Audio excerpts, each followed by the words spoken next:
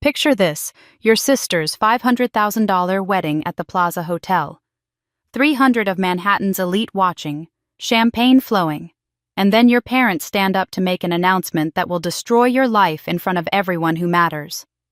"From Grandpa's will," my father declared with a cruel smile, $10 million goes to our successful daughter, Sarah. The crowd murmured approval. Then his eyes found mine.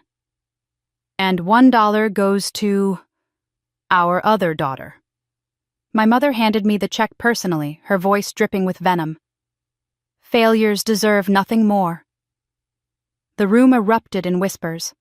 Some guests laughed. Others looked away in embarrassment. I felt the familiar sting of being the family disappointment, the invisible daughter, the one who never mattered. But here's what they didn't know. I wasn't broken. I was ready. Because while they were busy humiliating me, I was clutching something in my purse that would change everything. Something my grandfather had given me years ago. Something they had no idea existed. I smiled that night. Not because I was happy, but because I knew what was coming. See, my grandfather didn't just leave me $1. He left me something far more powerful, the truth. And when his lawyer walked through those ballroom doors with a briefcase full of secrets, their world didn't just crack, it shattered. What happened next didn't just destroy my family. It exposed them, humiliated them, and gave me everything they thought they'd stolen. Stay with me because this story gets so much better and so much worse for them. My name is Emma Catherine Morrison, and at 28 I've spent my entire life being the invisible daughter in one of Manhattan's most prominent families. While my parents built their real estate empire and my sister Sarah charmed her way through New York's social circles, I quietly earned my MBA from Columbia and worked as a financial analyst at a boutique investment firm. Tonight, however, as I stood in the opulent ballroom of the Plaza Hotel watching my sister's fairy tale wedding unfold, I realized that being invisible might have been the greatest gift my family ever gave me. The Oak Room had been transformed into something out of a European palace. $50,000 worth of white roses imported directly from Holland, cascaded from towering arrangements that brushed the gilded ceiling. Each bloom was perfect, pristine, chosen for its flawless petals and uniform size. The fragrance was almost overwhelming, a cloying sweetness that seemed to permeate every corner of the grand ballroom. Crystal chandeliers cast warm light over round tables draped in ivory silk, each setting adorned with baccarat crystal and gold-rimmed Limoges china that probably cost more than most people's monthly salary. A 12-piece orchestra positioned on the raised platform filled the air with Pachelbel's Canon in D, the notes floating ethereally through the space as 300 of Manhattan's most influential figures mingled beneath the ornate moldings. I recognized faces from the society pages, the business section of the Times, and the political columns. Senator Williams chatted with pharmaceutical heiress Margaret Astor near the champagne fountain where Dom Perignon flowed like water. Tech mogul David Chen laughed heartily with real estate titan Robert Sterling, their wives resplendent in couture gowns that sparkled under the ballroom lights.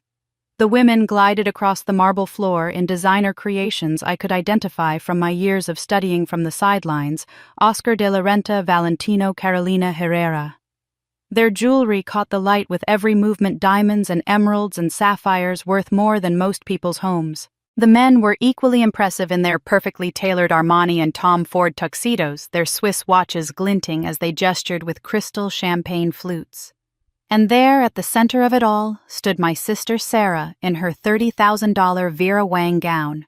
The dress was a masterpiece of ivory silk and French lace with a cathedral train that seemed to flow endlessly behind her as she moved.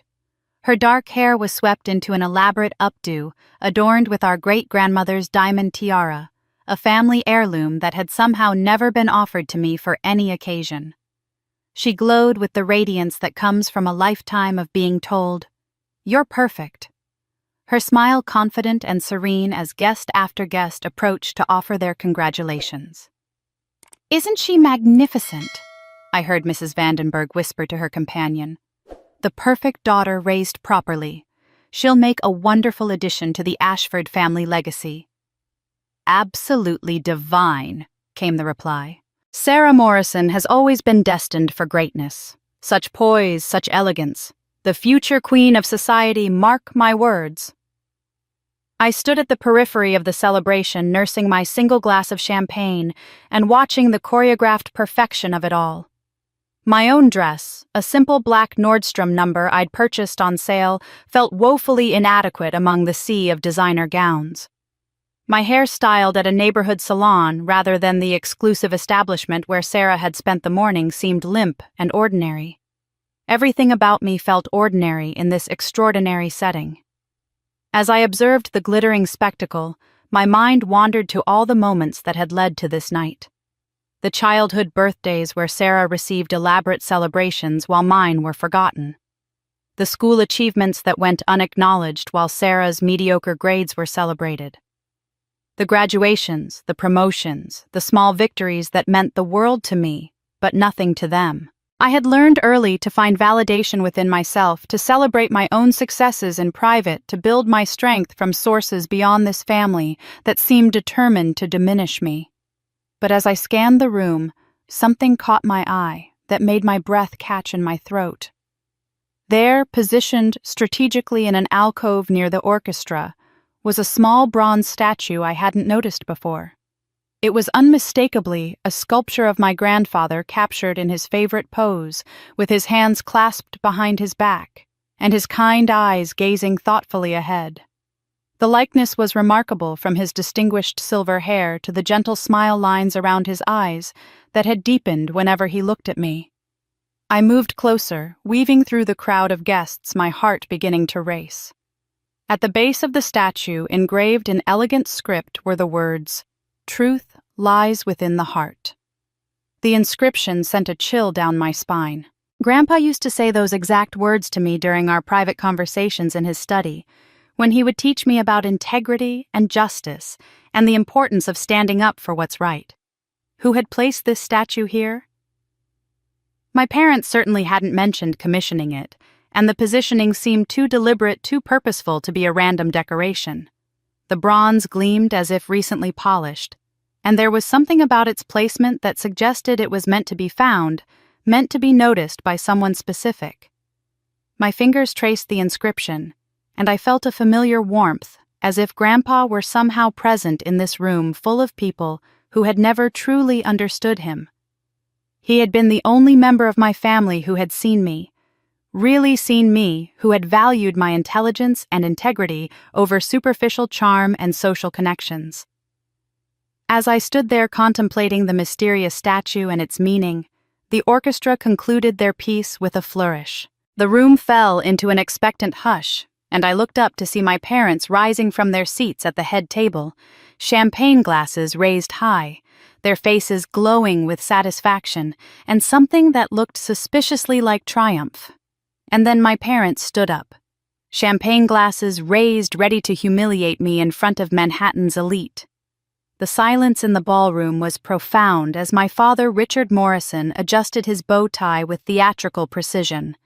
He possessed the commanding presence that had made him a force in Manhattan real estate for 3 decades, his silver hair perfectly styled, and his imposing 6-foot frame radiating the confidence of a man accustomed to holding court before New York's most powerful figures. Beside him, my mother Victoria stood resplendent in her custom Chanel gown, diamonds glittering at her throat like captured starlight, her smile sharp enough to cut glass. "Ladies and gentlemen," my father's voice boomed across the ornate space trained by years of boardroom presentations and charity galas. "If I may have your attention for a moment." The orchestra fell silent. Champagne glasses paused midway to lips, and even the waitstaff froze in their tracks. 300 pairs of eyes turned toward the head table, creating an amphitheater of expectation. Tonight celebrates not just the union of Sarah and James. He continued, his arms sweeping toward my sister, who beamed like a spotlight had found her, but also the continuation of family legacy and tradition. His pause was calculated practice designed to build anticipation among an audience accustomed to dramatic announcements at high society gatherings. My heart began to pound with a rhythm I couldn't quite identify. Something in his tone and the way my mother's lips curved upward at the corners sent warning signals through my nervous system. I found myself gripping my champagne flute tighter, the crystal cool against my suddenly warm palms. As many of you know, we recently lost our beloved patriarch Charles Morrison, Sarah and Emma's grandfather. A respectful murmur rippled through the crowd, heads nodding in acknowledgement of the man who had built the Morrison fortune from nothing. Before his passing, Charles made his wishes known regarding the distribution of his estate, and tonight seems the perfect occasion to honor those wishes.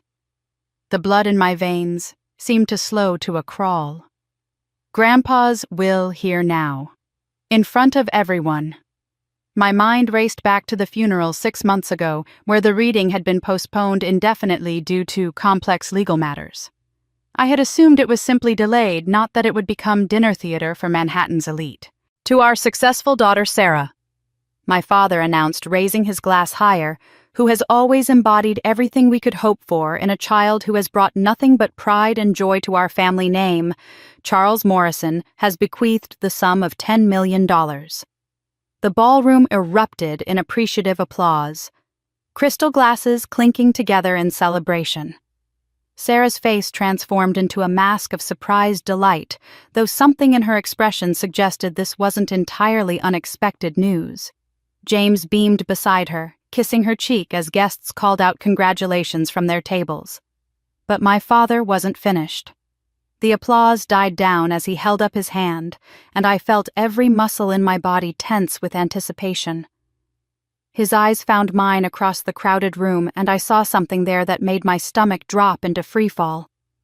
And to our other daughter, Emma. The pause before my name felt like an eternity weighted with implications. I was only beginning to understand. Charles Morrison has left the sum of exactly $1. Time seemed to fracture. The words hung in the air like a physical presence, and I watched as 300 faces processed what they had just heard. The silence that followed was deafening, broken only by the sound of someone's sharp intake of breath and the distant clink of a dropped fork against china. Then came the reactions, each one hitting me like a physical blow. Mrs. Astor's mouth fell open in genuine shock, her hand flying to her pearl necklace. Senator Williams shifted uncomfortably in his seat, suddenly finding his champagne glass fascinating. The younger socialites were less subtle in their responses. I caught sight of Brittany Caldwell, whispering urgently to her companion, both women barely concealing their smirks behind manicured hands. "Oh my goodness," I heard someone whisper not quite quietly enough.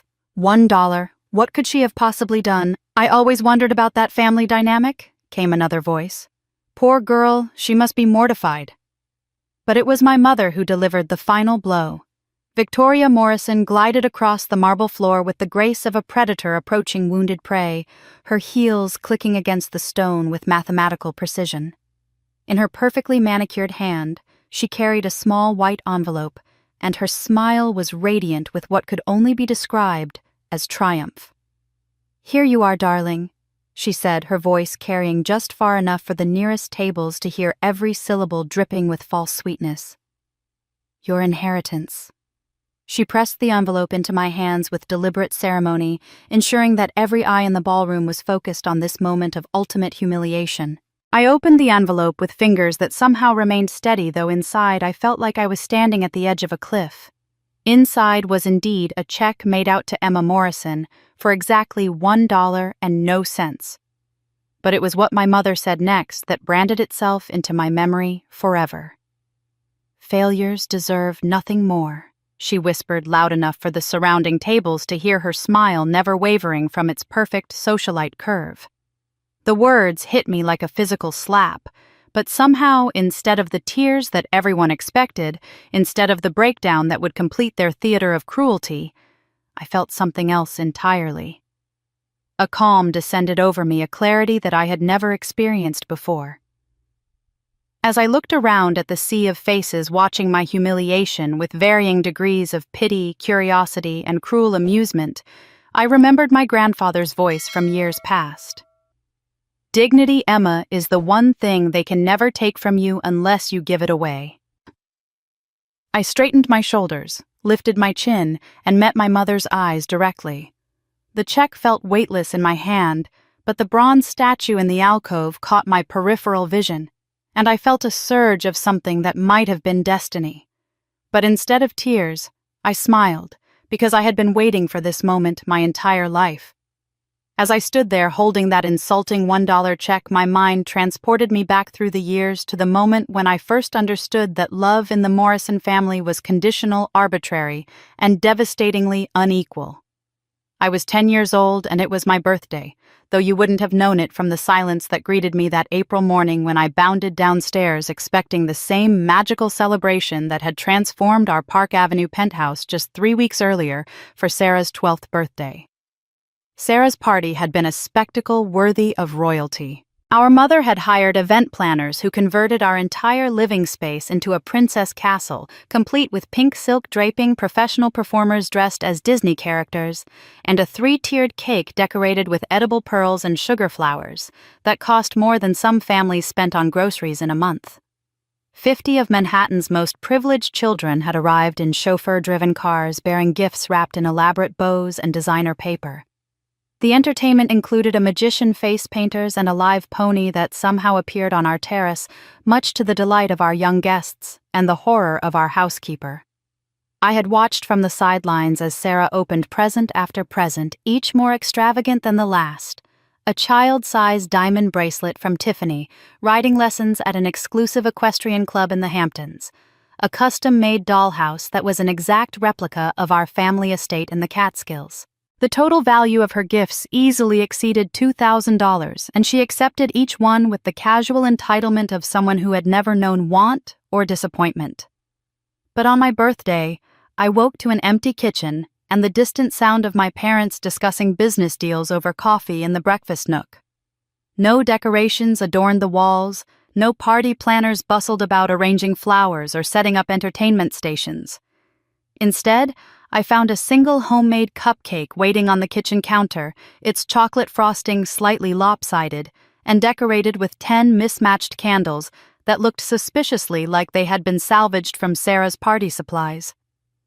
The gift that accompanied this modest celebration was a used copy of Little Women that I recognized from our local library's book sale, its pages yellowed with age and its spine cracked from previous owners. When I looked up at my parents with confusion and disappointment, I was trying desperately to hide my mother. Simply shrugged with practiced indifference. "Simple girls deserve simple things, Emma," she had said, not even looking up from her newspaper as she delivered this casual cruelty. "Sarah appreciates beautiful things because she is beautiful. You're more of a practical child, aren't you?" The words cut deeper than any physical wound could have. At 10 years old, I was already beginning to understand that in my parents' eyes, I was fundamentally lacking in whatever magical quality made Sarah worthy of love, attention, and celebration. The message was clear. I was the practical child, the simple child, the one who should be grateful for crumbs while my sister feasted on wedding cake. This pattern of casual dismissal continued throughout my adolescence, reaching its crescendo during my senior year of high school when I achieved something that should have been impossible to ignore. My acceptance letter to Harvard University arrived on a Tuesday morning in March, accompanied by notification that I had been awarded a full academic scholarship based on my exceptional grades, test scores, and extracurricular achievements. I had worked tirelessly for 4 years, sacrificing social activities and sleep to maintain perfect grades while tutoring underprivileged children and volunteering at local hospitals. I remember running into the kitchen where my parents were finishing breakfast, the acceptance letter trembling in my hands as I announced my achievement. "Harvard," I said breathlessly. "They accepted me to Harvard, with a full scholarship." My father glanced up from his Wall Street Journal with mild interest, the same expression he might have worn if I had announced I was changing my hairstyle. "Book smarts don't matter in the real world, Emma," he said matter-of-factly, returning his attention to the financial pages. "Success requires social intelligence, charm connections, things you can't learn from textbooks." My mother nodded in agreement, adding, "It's nice, dear, but don't let it go to your head. Academic achievement is quite different from actual accomplishment."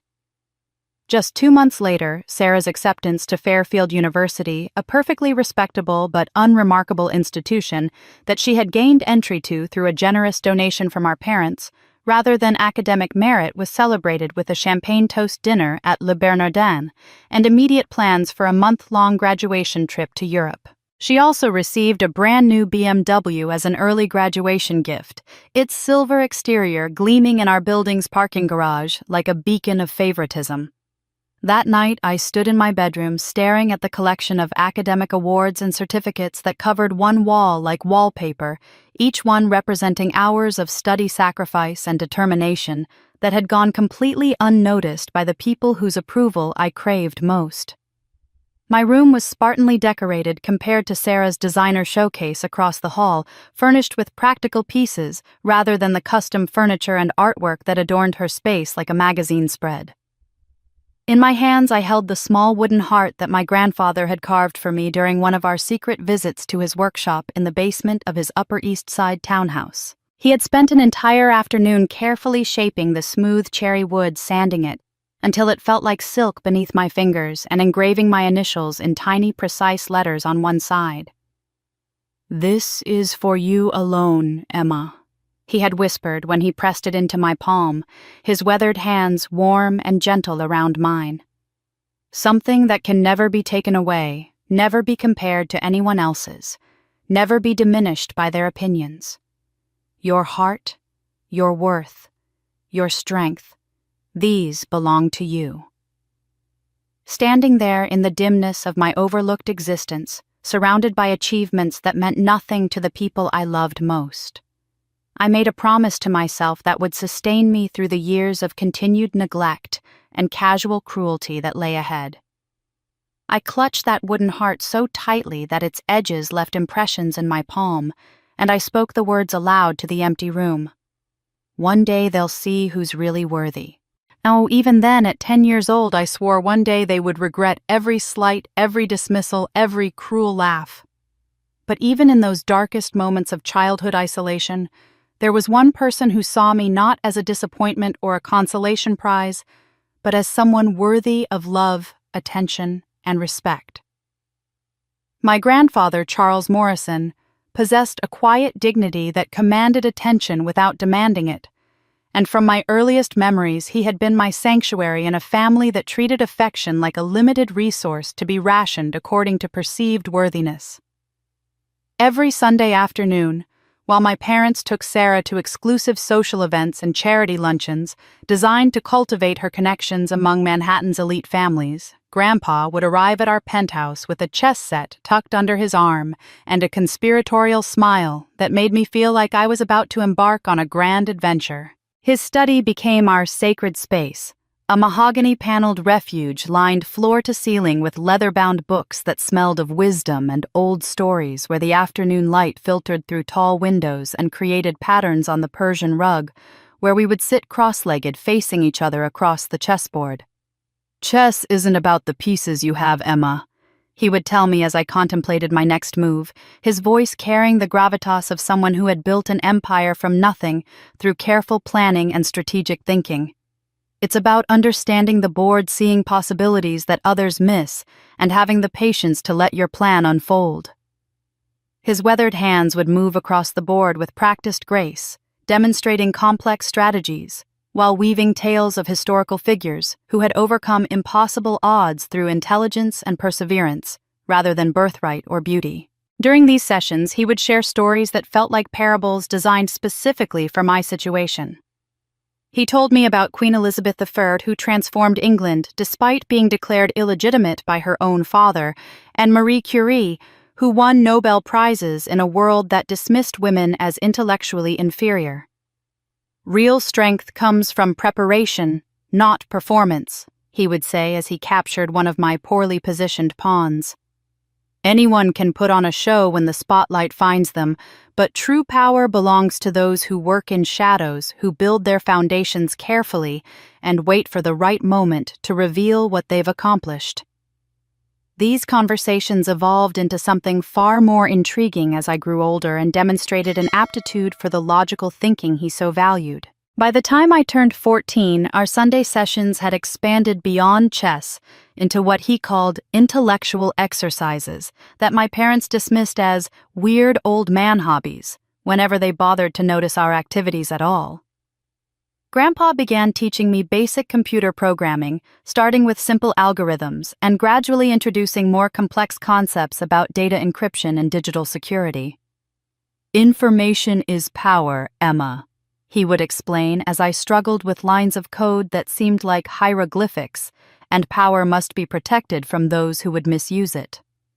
His ancient desktop computer hummed quietly in the corner of his study, while he guided me through creating passwords, encrypting files, and understanding the basics of digital privacy. "Knowledge is the only inheritance they can't steal from you," he would remind me when frustration made me want to quit, "so we must learn to guard it carefully."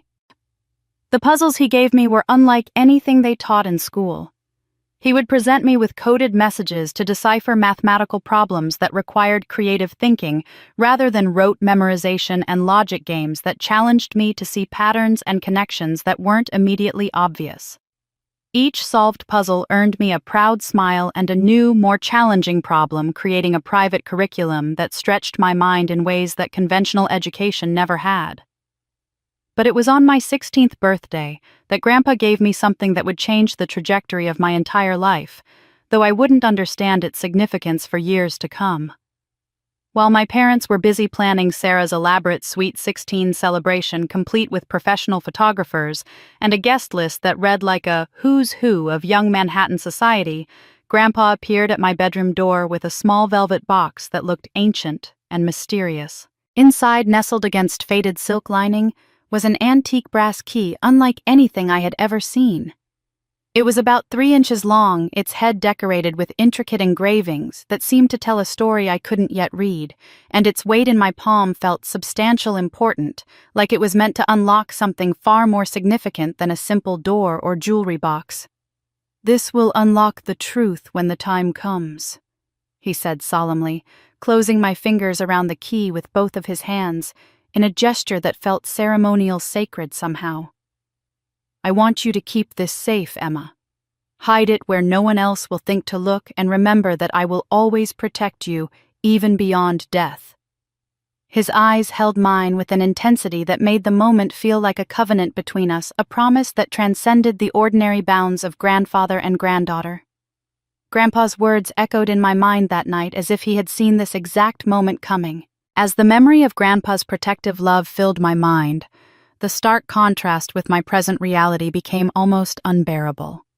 Standing there in the plaza's opulent ballroom, clutching that insulting $1 check, I watched my mother approach me with the calculated grace of a predator who had finally cornered her prey after years of patient hunting. Victoria Morrison moved through the crowd like royalty, her Chanel gown rustling softly against the marble floor, her smile radiant and warm as she acknowledged the guests who turned to watch this public spectacle unfold. But it was her eyes that told the real story. Behind the perfectly applied makeup and the practiced expression of maternal concern, I could see something that made my blood run cold. There was a gleam of pure satisfaction there, a triumph that went far beyond simple favoritism or family dynamics. This wasn't just about money or inheritance. This was about winning a competition. I hadn't even realized we were engaged in a lifelong game where my mother had been keeping score of every slight, every moment when she could demonstrate that I was less worthy, less valuable, less deserving of love than my sister. "Emma, darling," she said as she reached me, her voice pitched perfectly to carry to the nearest tables while maintaining the illusion of intimate maternal concern. Her hand touched my arm with practiced gentleness, the kind of gesture that would photograph beautifully for the society pages, showing Victoria Morrison as the caring mother, consoling her disappointment of a daughter. "I hope you understand that Grandpa's decision wasn't personal. He simply believed in rewarding achievement and potential." The words were carefully chosen, designed to sound reasonable and compassionate to any observers while delivering maximum psychological damage. She was positioning herself as the understanding messenger of an old man's wisdom, while simultaneously reinforcing every cruel judgment they had ever made about my worth. Her fingers squeezed my arm just slightly too tightly, a physical reminder that she held all the power in this moment. But then she leaned closer, ostensibly to offer comfort, and her voice dropped to a whisper that only I could hear. The mask slipped just enough for me to see the real Victoria Morrison underneath all that social polish and maternal performance. "Failures deserve nothing more," she breathed against my ear, the words delivered with such casual viciousness that they felt like ice water in my veins. "Did you really think Grandpa would waste his money on someone who's never accomplished anything meaningful?" The cruelty of it took my breath away. Not just the words themselves, but the calculated nature of their delivery. She had orchestrated this entire moment, from the public announcement to this private twist of the knife, with the precision of someone who understood exactly how to inflict maximum emotional damage while maintaining her reputation as Manhattan's perfect society matron. Even as she whispered these poisonous words, her face remained composed, concerned, the picture of a mother offering comfort to her struggling child. I could feel the weight of 300 pairs of eyes on us, some watching with barely concealed curiosity, others politely looking away, as if witnessing something too private for public consumption. Mrs. Caldwell was whispering urgently to her daughter, probably speculating about what family drama had led to such a bizarre inheritance arrangement. Senator Williams had turned his attention back to his wine, clearly uncomfortable with the display of family dysfunction. The younger socialites were less subtle in their fascination, phones discreetly held at angles that suggested they were documenting this moment for later social media dissection. My mother straightened up, her public persona snapping back into place like a mask that had never slipped. She smiled warmly at nearby guests, nodding graciously, as if she had just delivered comfort rather than cruelty, playing her role as the devoted mother with such conviction that I almost doubted my own memory of what she had just whispered. Her ability to shift between private malice and public warmth was mesmerizing in its completeness, a masterclass in social manipulation that she had perfected over decades of navigating Manhattan's elite circles. The humiliation burned through me like acid, every childhood wound suddenly fresh and bleeding. I felt the familiar urge to shrink, to disappear, to find some corner where I could process this public destruction of whatever dignity I had managed to maintain. My hands shook slightly as I held that ridiculous check, the physical manifestation of their contempt. And for a moment, I felt like that 10-year-old girl staring at a homemade cupcake while her sister opened thousands of dollars in birthday gifts. But then I remembered Grandpa's voice from all those Sunday afternoons in his study, his weathered hands moving chess pieces while he taught me lessons that went far beyond the game. "Never let them see you break Emma," he had told me after a particularly brutal family dinner where my parents had dismissed my academic achievements while praising Sarah's social conquests. "Your strength is your own. Guard it carefully, because there will come a moment when you'll need every ounce of it." I felt my spine straighten, almost involuntarily, muscle memory from years of his patient coaching taking over when my conscious mind wanted to crumble. My fingers found the outline of my purse, and inside it the weight of Grandpa's brass key pressed against my palm like a talisman. A reminder that this humiliation was not the end of my story, but perhaps the beginning of theirs. They thought they had finally broken me. They had no idea what I was carrying in my purse. The transformation that occurred within me in that moment was so complete, so unexpected, that it seemed to ripple outward through the ballroom like a stone dropped into still water. Instead of the tears that everyone anticipated, instead of the breakdown that would have provided the perfect finale to my public humiliation, I felt my lips curve upward into what I knew was a genuinely serene smile. It wasn't forced or brittle or desperate. It was the smile of someone who had just realized that the game everyone thought was ending was actually just beginning. The effect on the assembled crowd was immediate and unsettling. I watched as confusion flickered across the faces nearest to me, their expressions shifting from sympathetic pity to bewildered curiosity. Mrs. Vandenberg leaned forward in her chair, her perfectly sculpted eyebrows drawing together as she whispered something urgent to her companion. At the table behind her, I caught fragments of hushed conversation drifting through the suddenly charged air. "Why is she smiling like that?" came a voice I recognized as belonging to Jennifer Walsh, one of Sarah's former sorority sisters who had always treated me with barely concealed condescension. Shouldn't she be mortified? I mean, $1 in front of everyone? Another voice, deeper and more thoughtful, responded with obvious unease. Something's not right here. Look at her posture, her expression. That's not the face of someone who's been defeated. I couldn't identify the speaker, but the concern in his tone was palpable, adding to the growing sense that the evening's script had somehow gone off course. The socialites who moments before had been barely containing their amusement at my predicament now seemed genuinely unsettled by my composure. Their phones, which had been discreetly positioned to capture what they assumed would be my emotional collapse, now seemed suddenly uncertain in their hands. The atmosphere in the room shifted palpably, the energy changing from the satisfied cruelty of a pack watching wounded prey to something more cautious, more alert, as if predators had suddenly sensed they might not be hunting what they thought they were hunting. My mother, who had been basking in the glow of her perfectly executed humiliation, took a small step backward as she noticed my expression. For the first time in my memory, Victoria Morrison looked genuinely uncertain, her social radar detecting something in my demeanor that didn't match the victim narrative she had so carefully orchestrated. Her hand moved unconsciously to the diamond necklace at her throat, a nervous gesture I had never seen from her before, and her smile became just slightly strained around the edges. While maintaining eye contact with her, I allowed my hand to drift casually to my small evening purse, a simple black clutch that had seemed unremarkable among the designer accessories surrounding us all evening.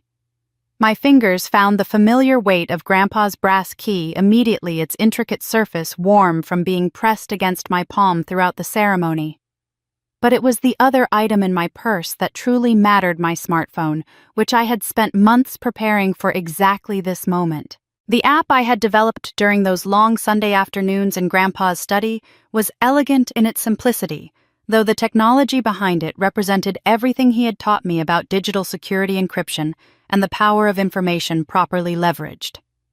To anyone glancing over my shoulder, it would look like nothing more than a standard smartphone interface, but the seemingly innocuous icon labeled Family Tree contained access to a network of files, recordings, and documents that would revolutionize everything these people thought they knew about the Morrison family legacy.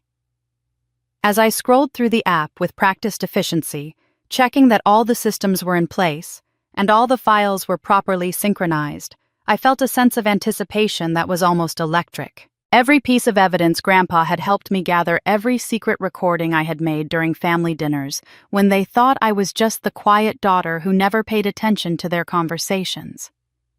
Every financial document I had photographed during my occasional visits to my father's home office, all of it was organized, encrypted, and ready for deployment at exactly the right moment. The whispers around me grew more frequent and more concerned as my confident silence stretched on. I could see guests beginning to exchange meaningful glances, the kind of looks that suggested they were starting to suspect that this evening might not unfold according to anyone's expectations. Even Sarah, radiant in her wedding gown just moments before, was now looking at me with something that might have been the first stirring of anxiety, her perfect composure showing hairline cracks as she tried to understand why her failure of a sister wasn't crumbling according to plan. The room's energy continued to shift, transforming from the comfortable superiority of the elite watching someone beneath them suffer to something more uncertain and potentially dangerous. These people had built their lives on reading social cues, on understanding power dynamics, and on recognizing when the established order might be threatened. My smile, my composure, my obvious preparation for this moment, all of it suggested that the script they thought they were following had been written by someone else entirely. That was the moment I reached into my bag and pulled out the key that would change everything. The brass key felt warm in my palm, but it was Grandpa's voice that truly steadied me as the ballroom's curious energy swirled around us like a gathering storm. His words from our final lesson together echoed through my mind with crystalline clarity. Strength lies in preparation, not reaction, Emma. Anyone can respond to what happens to them, but true power belongs to those who shape what happens next. As I held his key, I felt that wisdom settling into my bones, transforming nervous energy into focused determination. My eyes drifted back to the bronze statue positioned so deliberately in the alcove near the orchestra, and suddenly everything clicked into place with the satisfying precision of a chess piece finding its destined square. The statue wasn't just a memorial, it was a message, a signal that had been waiting for exactly this moment to reveal its purpose. With movements that appeared casual, but were actually calculated, I made my way through the crowd toward the alcove, my phone already in my hand, as curious guests tracked my progress with growing fascination. The QR code was exactly where I somehow knew it would be etched with microscopic precision into the bronze base, where the inscription met the statue's foundation. To anyone else, it would have looked like decorative metalwork, perhaps an artist's signature or manufacturing mark, but I recognized Grandpa's handiwork immediately. My hands remained perfectly steady as I raised my phone to scan the code, though my heart was beating so rapidly, I was certain everyone in the ballroom must be able to hear it echoing off the marble walls. The code activated instantly, my phone's screen shifting to display a simple login page that looked unremarkable except for the chess piece watermark that appeared for just a moment before fading into the background. The website URL was a string of seemingly random characters, but I recognized the pattern. It was based on algebraic chess notation. From the final game Grandpa and I had played together in his study, the one where he had smiled mysteriously after I achieved checkmate and said, "Sometimes the most important victories happen when no one else is watching the board." My fingers moved across the phone's keyboard without conscious thought, muscle memory guiding them through the password that combined elements from a dozen of our chess games with personal details that only he and I would know. The birth date of my childhood cat, the name of the book that had made me cry when I was 12, the coordinates of our favorite bench in Central Park, where we would sit and watch people while he told me stories about human nature and the difference between who people pretend to be and who they really are.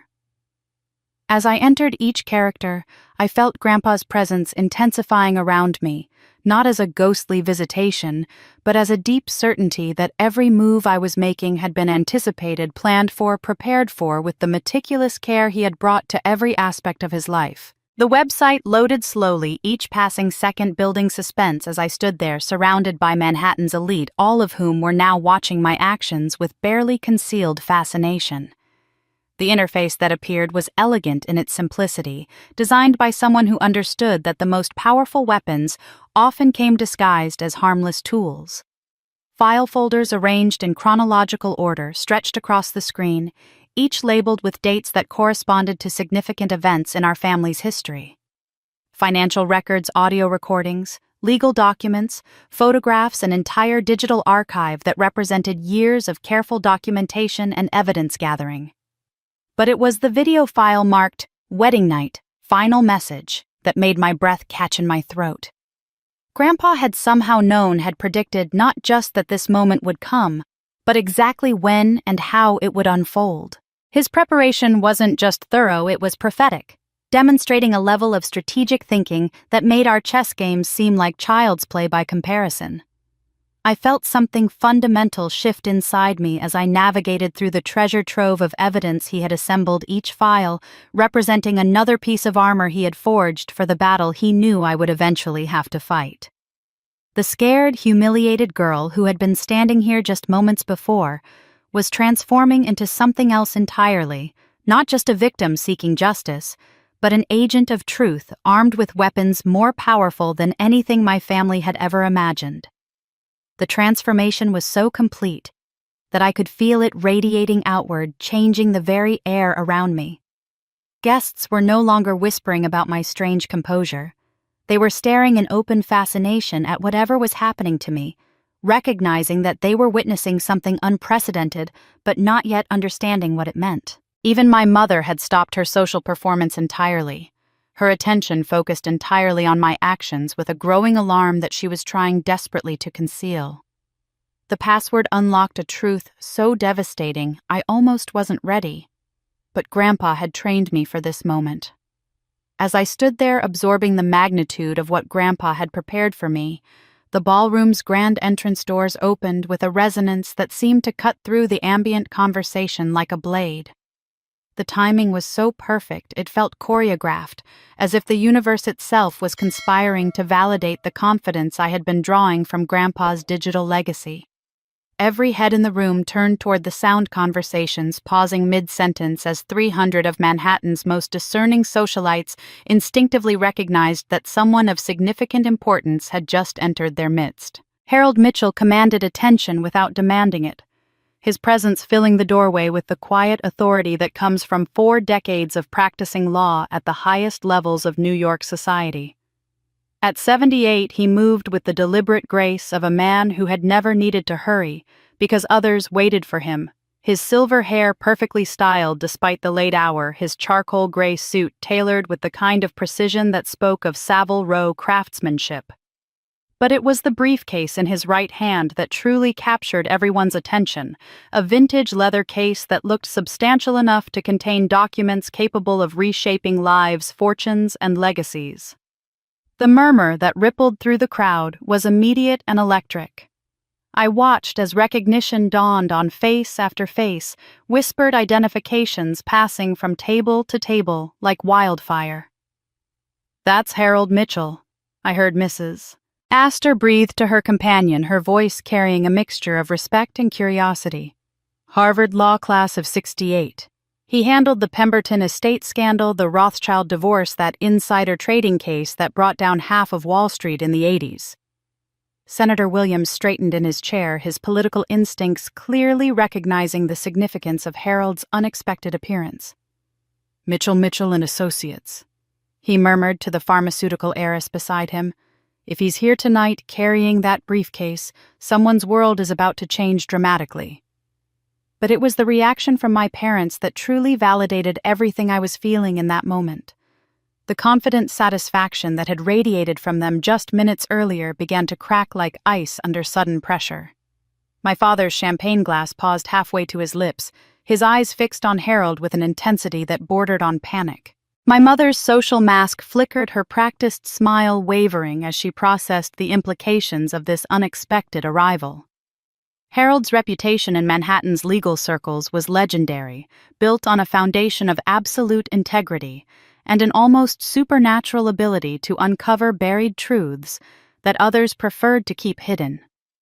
More importantly, he had been Grandpa's closest friend since their Harvard Law School days, a relationship that had spanned 5 decades of shared cases, shared principles, and shared understanding about the difference between legal technicalities and actual justice. The historical context of his presence here tonight added layers of meaning that I was only beginning to fully appreciate. 5 years ago, Harold had been forced out of Morrison Sterling and Associates, the family law firm that my father had inherited from Grandpa, and transformed from a respected practice into what Harold had diplomatically termed a more commercially flexible operation. The break had been acrimonious, though the details had been kept carefully private through a combination of non-disclosure agreements and the kind of professional courtesy that prevented messy public scandals. What the society pages hadn't reported, but what I had learned during one of my secret conversations with Grandpa, was that Harold's departure had been triggered by his discovery of what he called creative accounting practices in several high-profile estate settlements. When Harold had insisted on transparency and ethical compliance, my parents had presented him with a choice: adapt to their business model or find somewhere else to practice law. Harold had chosen principle over profit, walking away from millions in potential earnings rather than compromise his integrity. As Harold's eyes swept the ballroom, taking in the opulent celebration and the assembled crowd of witnesses, I felt the moment when his gaze found mine across the sea of curious faces. The recognition that passed between us was electric, a shared understanding that transcended words or explanations. He nodded almost imperceptibly, a gesture so subtle that anyone watching might have dismissed it as polite acknowledgement. But I knew better. That nod was confirmation validation, a signal that everything Grandpa had prepared me for was about to unfold exactly as he had planned. The shift in my parents' demeanor was becoming more pronounced by the second. My father had set down his champagne glass entirely.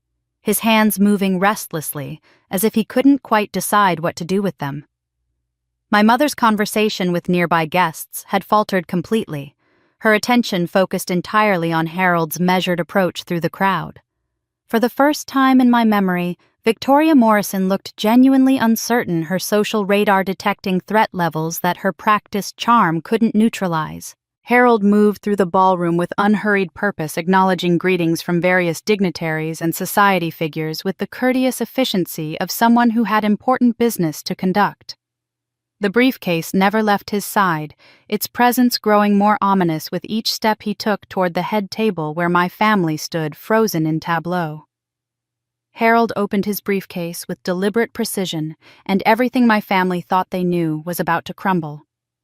Harold's briefcase opened with the soft whisper of expensive leather, but the silence that followed was absolute, as if the entire ballroom had collectively held its breath in anticipation of whatever revelation was about to unfold. From within the case, he withdrew a sleek tablet device and what appeared to be a portable projection system equipment that seemed almost anachronistic in his elderly hands, but which he handled with the confidence of someone who had spent considerable time mastering its operation. "Ladies and gentlemen," Harold announced, his voice carrying easily across the marble expanse with the practiced authority of a courtroom veteran, "I must interrupt this celebration to address a matter of utmost legal importance. The will that was read here tonight was incomplete." The words landed like stones dropped into still water, creating ripples of confusion and curiosity that spread outward through the assembled crowd. My father stepped forward, his face flushed with what I recognized as barely contained panic masquerading as righteous indignation. "Harold, this is highly inappropriate. We're in the middle of my daughter's wedding reception. Whatever legal matters you wish to discuss can surely wait until—" "I'm afraid they cannot," Harold interrupted with the kind of quiet firmness that had made him legendary in Manhattan's legal circles. Charles Morrison's actual will was stored using blockchain technology, a digital security system that functions like an unbreakable safety deposit box. Think of it as a vault that cannot be opened without the proper keys, cannot be tampered with or destroyed, and maintains a permanent, unalterable record of its contents. I watched as confused murmurs rippled through the crowd.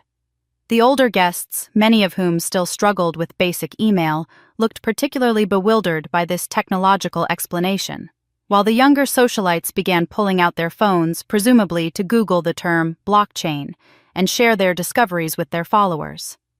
Harold continued his explanation with the patience of someone accustomed to translating complex legal concepts for lay audiences. This technology ensures that the true wishes of the deceased cannot be manipulated, altered, or suppressed by interested parties. Charles Morrison chose this method specifically because he suspected there might be attempts to interfere with the proper execution of his estate. The portable screen that Harold had been setting up suddenly flickered to life, displaying the Morrison family crest, before transitioning to a video that made my heart stop beating for several seconds. There was Grandpa sitting in his familiar study chair, looking directly into the camera with the same gentle smile that had comforted me through countless childhood disappointments. "If you are watching this," his recorded voice filled the ballroom with startling clarity, "then my suspicions about my family's integrity have proven correct, and the false will has been presented as my final wishes." Even in death, his presence commanded attention, and I watched as 300 of Manhattan's most influential people leaned forward to hear every word. "The truth is this." Grandpa continued, his image crystal clear on the large screen that dominated the ballroom's attention. "I leave 90% of my $50 million estate to my granddaughter Emma Morrison, including my shares in Truth Seeker Technologies, an artificial intelligence company that specializes in detecting financial fraud and corruption. The company's current valuation exceeds $200 million, and its initial public offering is scheduled for next month." The gasps that erupted from the crowd were audible, but they were nothing compared to the strangled sound that escaped from my mother's throat. I watched as she gripped the back of her chair, her knuckles white against the ivory silk of her gloves, while my father's face cycled through a spectrum of emotions from disbelief to fury to something that looked very much like terror. But Grandpa wasn't finished. "Emma." His voice addressed me directly through the screen as if he were speaking across time itself. "I leave you this inheritance with one condition. You must use these resources to expose the corruption that has infected our family name. I have spent the last 5 years documenting evidence of embezzlement, tax fraud, and charity theft perpetrated by your parents. This evidence is now in your possession, along with the moral obligation to ensure that justice is served." The screen shifted to display what appeared to be financial documents, bank records, and audio files, each labeled with dates and descriptions that painted a picture of systematic fraud spanning more than a decade. I could see my parents' names highlighted in red throughout the documents, along with amounts that made my $1 inheritance seem not just insulting, but almost comically trivial in comparison. Sarah's wedding dress rustled as she swayed slightly, the color draining from her face, as she began to understand that her $10 million inheritance had just evaporated into digital smoke. Around us, the social elite of Manhattan sat in stunned silence, processing the implications of what they had just witnessed. But Grandpa's video wasn't finished, and his next revelation would destroy more than their fortune. The moment Grandpa's revelation concluded, the ballroom erupted into chaos that no amount of social conditioning or Manhattan etiquette could contain. The first casualty was Sarah's composure, along with her $5,000 hand-tied bouquet of peonies and garden roses that had been crafted by the city's most exclusive florist. The delicate arrangement hit the marble floor with a soft thud that seemed to echo through the sudden silence, white petals scattering across the polished stone like confetti at a funeral rather than a wedding. Sarah's hands were trembling so violently that she couldn't have held on to anything, let alone the symbol of her perfect day that had just transformed into the backdrop for her family's complete destruction. Her face had gone paper white beneath her professionally applied makeup, the carefully contoured features that had graced society pages now slack with shock as she processed the magnitude of what had just been revealed. My mother's reaction was far less restrained. Victoria Morrison, who had spent decades perfecting the art of controlled social presentation, released a sound that could only be described as a shriek of pure anguish and disbelief. "This is impossible," she cried, her cultured accent cracking under the strain of emotions she could no longer suppress. "Charles wouldn't have done this. He loved Sarah. He always said she was his favorite." The words tumbled out of her in a desperate torrent, each syllable revealing more about the family dynamics than years of careful public relations had managed to conceal. Her perfectly styled hair was coming loose from its elaborate arrangement, and her diamond necklace caught the light as her chest heaved with panicked breathing. For the first time in my memory, my mother looked genuinely unhinged, her social mask not just slipping, but shattering completely. My father's response was more calculated, but no less devastating to witness.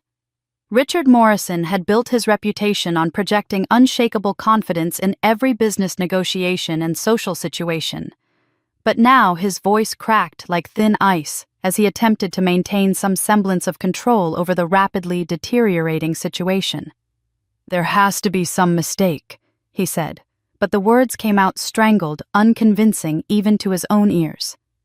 "This technology, this blockchain nonsense, it can be hacked, manipulated. Harold, you know as well as I do that." But his protests fell flat in the face of the evidence still displayed on the screen behind him, and I could see the exact moment when he realized that his usual tactics of intimidation and financial leverage would be useless against the systematic documentation of his crimes that Grandpa had assembled over years of patient investigation. The 300 witnesses to this spectacular collapse were having their own collective moment of recalibration.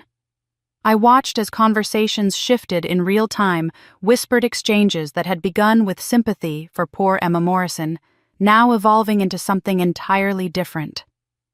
The social calculus of Manhattan's elite was adjusting with mercenary speed to this new reality, and I could practically see the mental calculations happening behind carefully maintained expressions.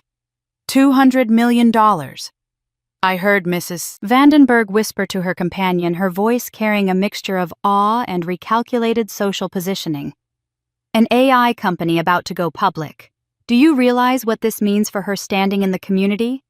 Senator Williams was already rising from his seat, his political instincts recognizing a shift in power dynamics that required immediate acknowledgement. "Miss Morrison," he called across the ballroom, his voice carrying the kind of respect that had been notably absent from every previous interaction we'd ever had. "If I may say, your grandfather was a visionary man. The work you'll be doing with truth-seeker technologies will undoubtedly benefit society as a whole." The transformation in how people were looking at me was so complete it felt almost surreal. Where moments before I had been the invisible daughter, the family disappointment who merited nothing more than polite indifference, I was now the center of attention in a way that felt both vindicating and overwhelming. Conversations that had excluded me for my entire life were now revolving around me speculation about my plans and intentions, replacing the casual dismissal that had been my constant companion. But it was the internal transformation that truly mattered.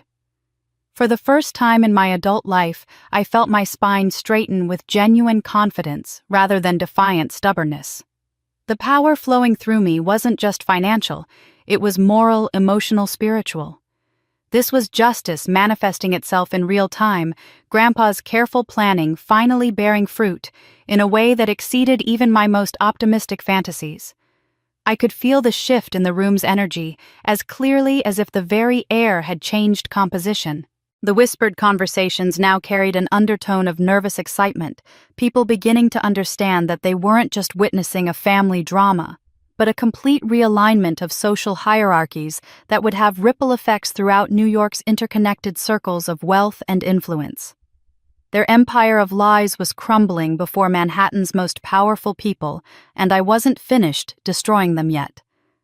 As I stood there watching my family's carefully constructed world collapse in real time, my mind drifted back to the secret meetings that had made this moment possible, clandestine sessions that had taken place in Grandpa's basement workshop over the past 3 years, while my parents assumed I was simply visiting their aging father out of familial obligation. Those Sunday afternoon gatherings had been disguised as innocent grandparent-grandchild bonding, but in reality they had been something far more significant, a masterclass in investigation documentation and the patient accumulation of evidence that could topple an empire built on deception.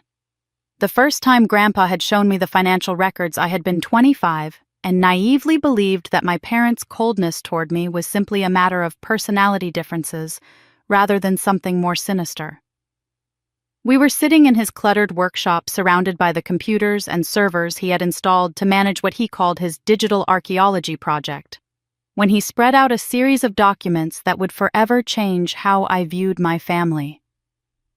"Emma," he had said, his voice heavy with a sadness I had never heard before. "I need to show you something that will be difficult to accept, but which you must understand if you're going to protect yourself from what's coming." The papers he placed before me were bank statements, tax records, and charity documentation that painted a picture of systematic theft spanning more than a decade. The scope of their embezzlement was staggering. Through a labyrinthine network of shell companies with names like Children's Hope Foundation Administrative Services and Pediatric Care Resource Management, my parents had been siphoning money from legitimate children's cancer charities, skimming administrative fees that legally shouldn't have exceeded 5%, but which they had inflated to nearly 40% through fabricated consulting contracts and fraudulent invoicing schemes. $2 million. Grandpa had set his finger tracing through the highlighted figures that represented stolen funds meant to provide treatment for desperately ill children. $2 million taken from families who trusted them to help save their children's lives. The documents showed fake invoices for non-existent services, inflated administrative costs that were funneled into offshore accounts, and consulting fees paid to fictional companies that existed only on paper. But it was the children's medical files that had broken my heart completely. Grandpa had somehow obtained records showing treatment delays and canceled procedures that corresponded directly with periods when funding had been diverted into my parents' personal accounts. "This little girl," he had said, pointing to a photograph of a 6-year-old with acute lymphoblastic leukemia. Her family raised money through bake sales and car washes, believing every dollar would go toward her treatment. Instead, it paid for your sister's spring break trip to Monaco. Those revelation sessions evolved into intensive training programs where Grandpa taught me skills I never imagined I would need. His workshop became a classroom where I learned advanced techniques for digital security evidence preservation and what he called information warfare in the modern age. He showed me how to create encrypted cloud storage systems that could survive attempts at destruction or tampering, how to establish multiple backup protocols that would ensure critical data could never be permanently erased. Information warfare requires digital weapons, he explained as he walked me through the process of creating secure communication channels and anonymous file-sharing systems. Your parents understand money and social influence, but they're helpless against someone who truly understands technology. He taught me how to install virtually undetectable recording devices, how to photograph documents without leaving digital fingerprints, and how to build comprehensive databases that could withstand legal challenges and technical sabotage attempts. The most revealing aspect of these sessions was discovering the true scope of Grandpa's master plan.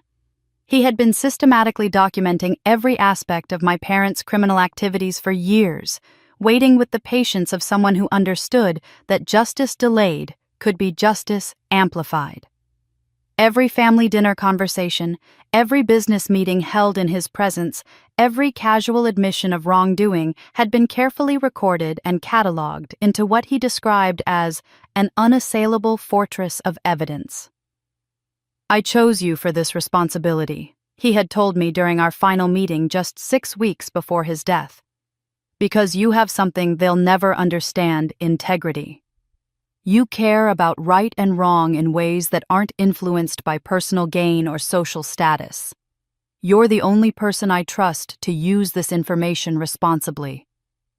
His eyes had been intense, almost fierce, as he made me promise to continue his work of exposing corruption wherever I found it. The technological infrastructure he had built was remarkable in its sophistication and redundancy. Multiple cloud storage systems, blockchain verification protocols, and automated evidence distribution networks that would activate according to predetermined triggers. "This system will protect you when I'm gone," he had promised, but more importantly, it will protect the truth from those who profit from keeping it hidden. He told me, "This evidence will protect you when I'm gone." And tonight, I was finally ready to use his weapon. The memories of Grandpa's careful preparation gave me strength, but nothing could have prepared me for the volcanic eruption of rage that burst from my father as the full implications of his exposure settled into his consciousness. Richard Morrison, who had spent his entire adult life projecting an image of controlled authority and unshakable confidence, suddenly transformed into something wild and desperate, his carefully maintained facade cracking like a dam under impossible pressure. "This is insane!" he bellowed, his voice echoing off the marble walls with a force that made crystal glasses tremble on nearby tables. "You can't possibly believe this elaborate charade, Harold, you senile old fool. You've been manipulated by a bitter old man's fantasies." His face had turned a dangerous shade of red, veins bulging in his forehead as spittle flew from his lips with each increasingly frantic word. But it was his next accusation that sent shockwaves through the assembled crowd, a desperate gambit that revealed the true depth of his moral bankruptcy.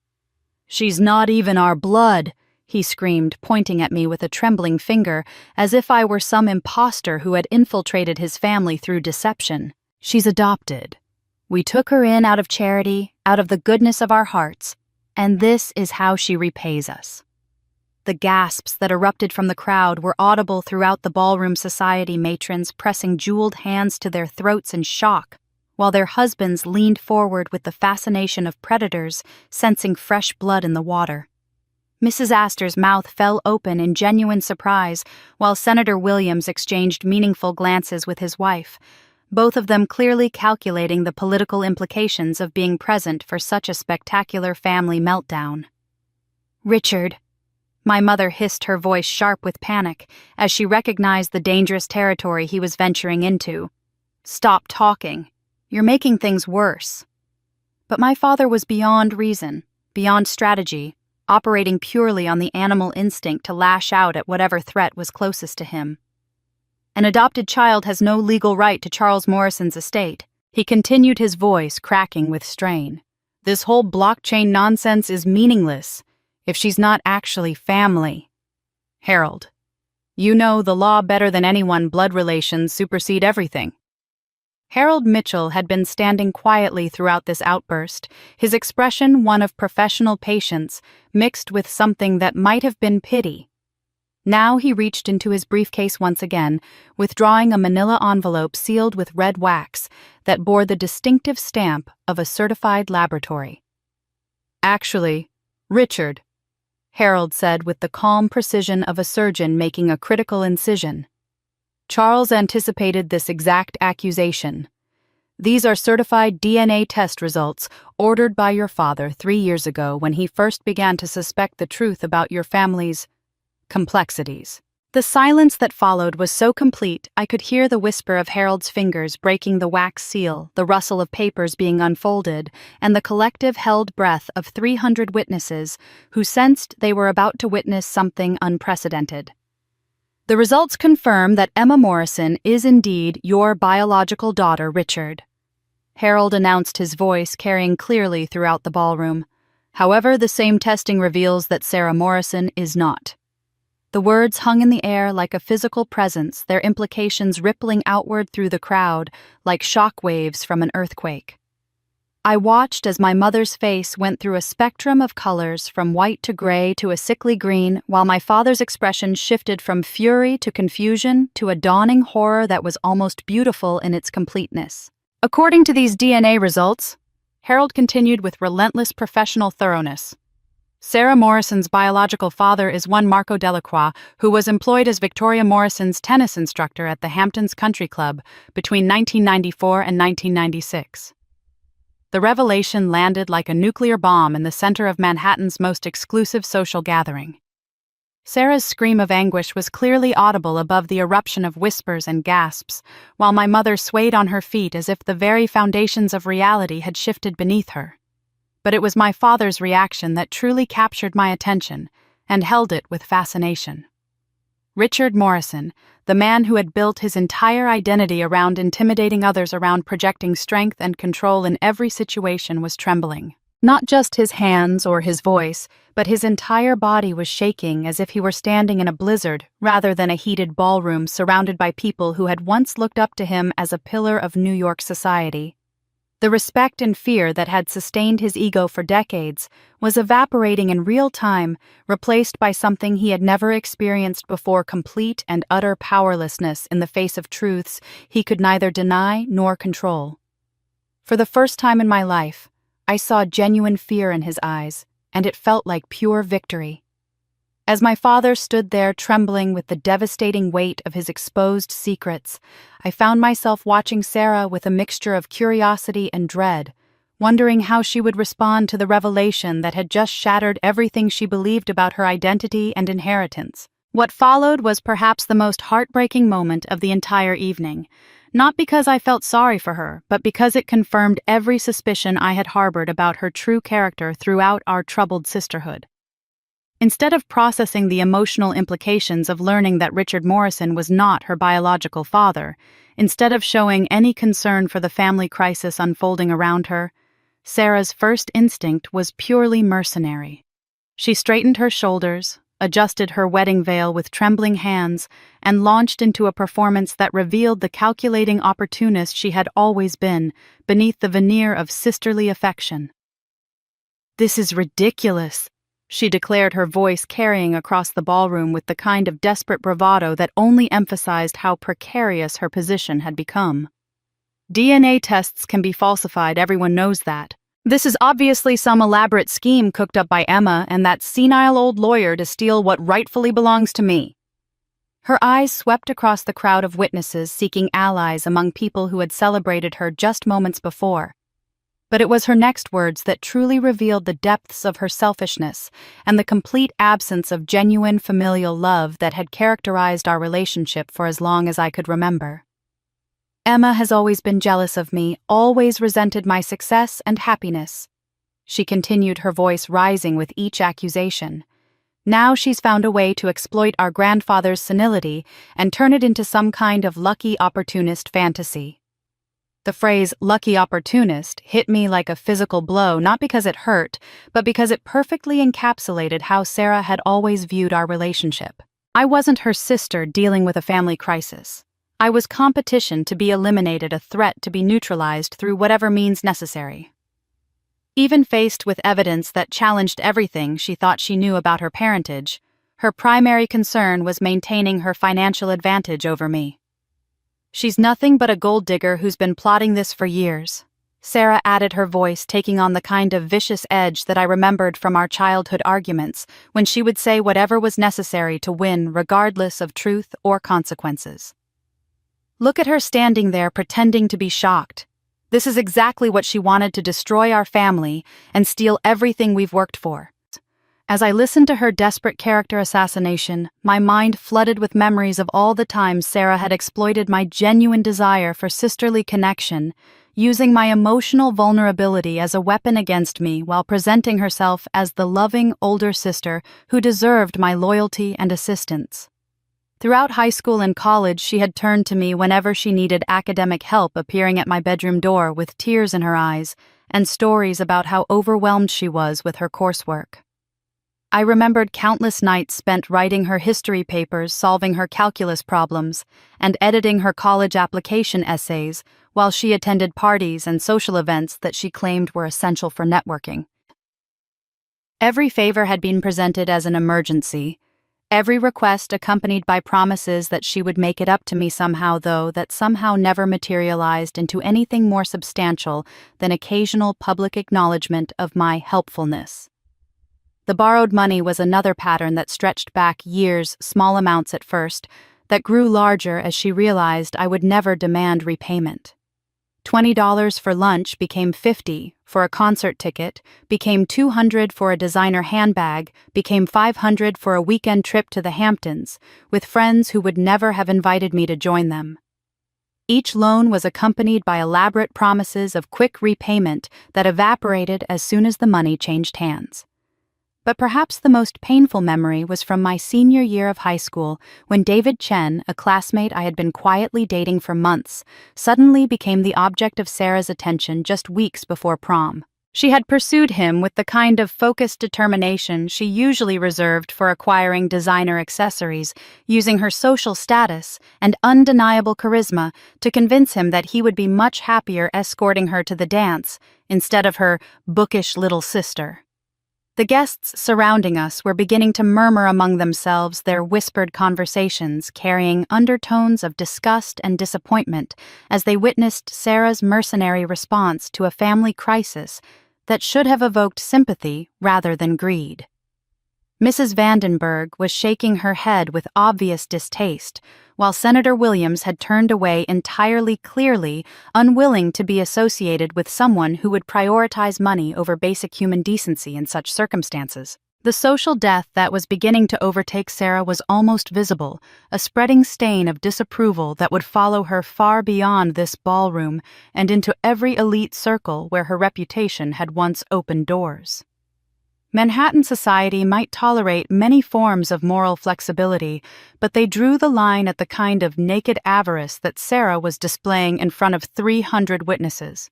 She chose money over truth, greed over family, and that choice would cost her everything. The reaction that rippled through the assembled crowd following Sarah's mercenary display was swift, decisive, and utterly devastating to whatever remained of my family's social standing. The transformation was remarkable to witness, like watching a tide turn in real time as 300 of Manhattan's most influential figures collectively reassessed everything they thought they knew about the Morrison family dynamics and chose their sides with the brutal efficiency that had made them masters of New York's social and financial hierarchies. Senator Williams was the first to break ranks with the kind of political instinct that had kept him in office for 3 decades. Rising from his seat with deliberate ceremony, he began to applaud, the sound of his hands clapping together, echoing through the stunned silence like gunshots. "Miss Morrison," he declared, his voice carrying the weight of official endorsement. "Your grandfather was a man of extraordinary vision and integrity. You are clearly the rightful heir to his legacy, and I have no doubt you will honor his memory by using these resources to continue his work for justice." His words seemed to unlock something in the crowd, as if his public blessing had given permission for others to express opinions they had been forming throughout this extraordinary evening. Mrs. Vandenberg, whose social approval could make or break reputations throughout Manhattan's elite circles, rose from her chair with the kind of righteous indignation that only the truly powerful can afford to display publicly. "This is absolutely shameful," she announced, her cultured voice cutting through the murmurs with surgical precision. "To think that we have been socializing with people capable of such deception, such blatant disregard for charity and family honor. The shameful deception practiced by Richard and Victoria Morrison has no place in civilized society." Her condemnation carried particular weight, because everyone present knew that her opinion would spread through every important social circle in the city within hours. But it was the younger generation of guests who truly amplified the family's disgrace beyond the confines of the plaza's ballroom. I watched as phones emerged from designer clutches and tuxedo pockets, their screens glowing as socialites in their 20s and 30s began broadcasting the unfolding drama to their thousands of followers across multiple social media platforms. The speed with which information traveled in the digital age meant that clips of my father's breakdown, my mother's denials, and Sarah's desperate attempts to maintain her inheritance were already circulating online. Jennifer Walsh. Sarah's former sorority sister, who had never missed an opportunity to document her glamorous lifestyle, was live streaming directly to her Instagram account with obvious relish. "You guys are not going to believe what's happening at this wedding right now," she whispered into her phone, while keeping the camera trained on my family's ongoing meltdown. "This is literally the most insane family drama I have ever witnessed. The hashtag is Wedding Truth, and it's already trending." The hashtag #WeddingTruth was indeed gaining momentum at an alarming rate, as evidenced by the increasing number of guests who were checking their phones and sharing knowing looks with their companions. The story was spreading beyond the ballroom at viral speed, transforming what should have been a private family matter into a global spectacle that would follow my parents and Sarah for the rest of their lives. Perhaps even more devastating than the social media exposure were the immediate professional consequences that began manifesting as business associates present at the wedding started making calculations about their continued relationships with the Morrison family. I could see urgent whispered conversations taking place at tables throughout the ballroom, phone calls being made with hands cupped over mouths, and the kind of meaningful eye contact that signaled decisions being made in real time. Robert Sterling. My father's longtime business partner in several major real estate developments, was deep in conversation with his wife and another couple, their expressions grave, as they undoubtedly discussed the liability that continued association with my father would represent. The pharmaceutical heiress who had been laughing with my mother just an hour earlier was now actively avoiding eye contact, clearly recognizing that being photographed with someone involved in charity fraud could damage her own carefully cultivated philanthropic reputation. Tech mogul David Chen was already on his phone, presumably instructing his staff to review any contracts or partnerships that might connect his companies to Morrison Family Enterprises. The speed with which these professional relationships were being severed was breathtaking, a masterclass in how quickly the wealthy and powerful could distance themselves from scandal when their own interests were threatened.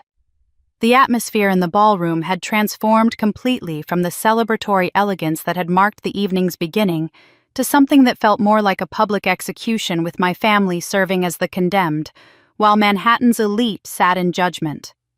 Conversations that had once included respectful references to the Morrison name were now openly speculating about criminal charges, asset forfeiture, and the complete social exile that awaited anyone foolish enough to continue associating with proven fraudsters. Even the hotel staff seemed to sense the shift in dynamics, their professional courtesy toward my parents becoming noticeably more perfunctory as they recognized that the people who had seemed so important just hours earlier were now social pariahs whose influence had evaporated like morning mist. The very air in the room felt different, charged with the kind of electric anticipation that comes when powerful people realize they are witnessing history being made. Their social masks hadn't just slipped, they'd been ripped off forever, and the whole world was watching. As the social condemnation of my family reached its crescendo, Harold Mitchell stepped forward once again, his presence commanding immediate attention even amid the chaos of collapsing reputations and viral social media coverage. The briefcase that had already delivered so many devastating revelations seemed to contain endless layers of secrets, and I watched with fascination as he withdrew yet another set of documents that would fundamentally reshape my understanding of what Grandpa had truly left me. The inheritance detailed in Charles Morrison's authentic will extends far beyond what has already been revealed. Harold announced, his voice cutting through the murmurs with the authority of someone delivering a Supreme Court decision. Miss Morrison, you are now the sole owner of Truth Seeker Technologies, an artificial intelligence company specializing in financial fraud detection that is currently valued at $200 million in preparation for its initial public offering next month. The figure sent another wave of gasps through the crowd, but Harold was far from finished with his revelations. He spread additional documents across a nearby table, each page representing assets and holdings that transformed my inheritance from generous to absolutely staggering. Additionally, you inherit an international real estate portfolio spanning properties in London, Tokyo, Dubai, and Sydney, with a combined current market value of $50 million, along with a diversified investment portfolio managed by Zurich Financial Services. But it was the final component of Grandpa's legacy that truly took my breath away and elevated this moment from personal vindication to something approaching a sacred mission. Most significantly, Harold continued, his voice taking on a tone of deep reverence, Charles Morrison has established the Morrison Foundation for Global Justice, a fund containing $100 million specifically designated for the investigation and exposure of corruption among the world's wealthy and powerful families. The screen behind Harold flickered back to life, displaying Grandpa's face once more, but this time his expression was different, more solemn, more purposeful, as if he understood the weight of what he was asking me to undertake. Emma. His recorded voice filled the ballroom with the kind of moral authority that made even the most cynical socialites lean forward in their chairs. The technology you now control represents more than just financial success. Truth Seeker's artificial intelligence algorithms can detect patterns of financial fraud, corruption, and embezzlement across multiple jurisdictions and currencies simultaneously. The implications of what he was describing began to sink in as he continued his explanation. I have spent the last decade developing this technology specifically to level the playing field between those who exploit their wealth and power to harm others, and those who lack the resources to fight back. Your mission, should you choose to accept it, is to use these tools to continue the work I began, exposing corruption wherever you find it, regardless of how wealthy or powerful the perpetrators might be. As Grandpa's words washed over the assembled crowd, I could see the profound impact they were having on people who had built their entire lives around the careful accumulation and protection of wealth and influence. Some guests looked genuinely inspired by the vision he was articulating, while others appeared distinctly uncomfortable at the prospect of an AI system capable of detecting the kind of financial irregularities that might exist in their own business dealings. The wealthy have always believed that their resources make them untouchable, Grandpa's voice continued with increasing passion. But technology has finally evolved to the point where truth can triumph over money, where justice can prevail over influence, where the victims of financial predators can find the evidence they need to hold their oppressors accountable. But it was his final message that broke through whatever remaining emotional defenses I had constructed around my heart words that seemed to reach across the barrier between life and death, to embrace me with the love and faith that had sustained me through so many years of feeling worthless and invisible. Emma, my darling granddaughter, you have always been my greatest pride and my deepest hope for the future. You are my flame that will light up the darkness that has consumed too much of our world for too long." The effect of these words on the assembled crowd was extraordinary. I watched as tears began to flow down faces that rarely showed such vulnerability in public, hardened business executives and society matrons alike, moved by the obvious love and trust that Grandpa had placed in me. Even some of my harshest critics seemed to be reconsidering their assumptions about my worthiness and potential as they witnessed this posthumous endorsement from a man whose judgment and integrity had never been questioned. Mrs. Astor was dabbing at her eyes with a silk handkerchief, while tech mogul David Chen nodded with obvious respect for both Grandpa's vision and the responsibility he had placed in my hands. Senator Williams was looking at me with the kind of appraisal that politicians reserve for potential allies whose influence might prove valuable in future legislative battles. The transformation in how people were viewing me was complete and irreversible. No longer was I the disappointing daughter who had received a humiliating $1 inheritance. I was now the chosen heir of a visionary philanthropist entrusted with resources and technology that could reshape how justice operated in a world where wealth had traditionally provided immunity from consequences.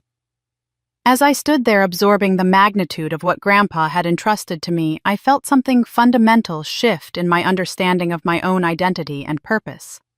This wasn't just about revenge against my family, or even personal vindication.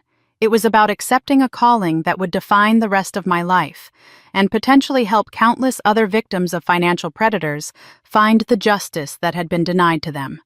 Grandpa's voice from beyond the grave silenced 300 of New York's most powerful people, but he had one more surprise. As Grandpa's final words echoed through the ballroom, I had no idea that the story unfolding at the Plaza Hotel was simultaneously exploding across digital networks worldwide, transforming what had begun as a private family humiliation into a global phenomenon that would reshape how people thought about justice, family dynamics, and the power of truth to triumph over wealth and privilege.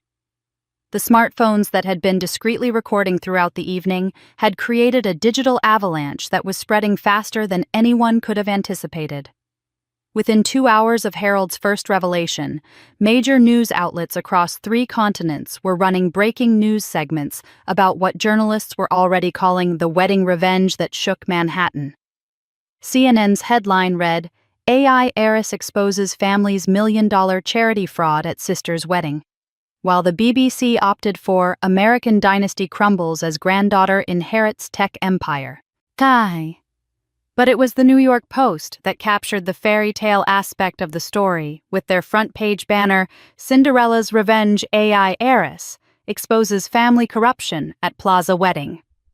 The hashtag Justice for Truth had evolved beyond simple social media trending into something approaching a global movement, with posts in dozens of languages sharing the story and connecting it to similar experiences of family injustice and financial corruption.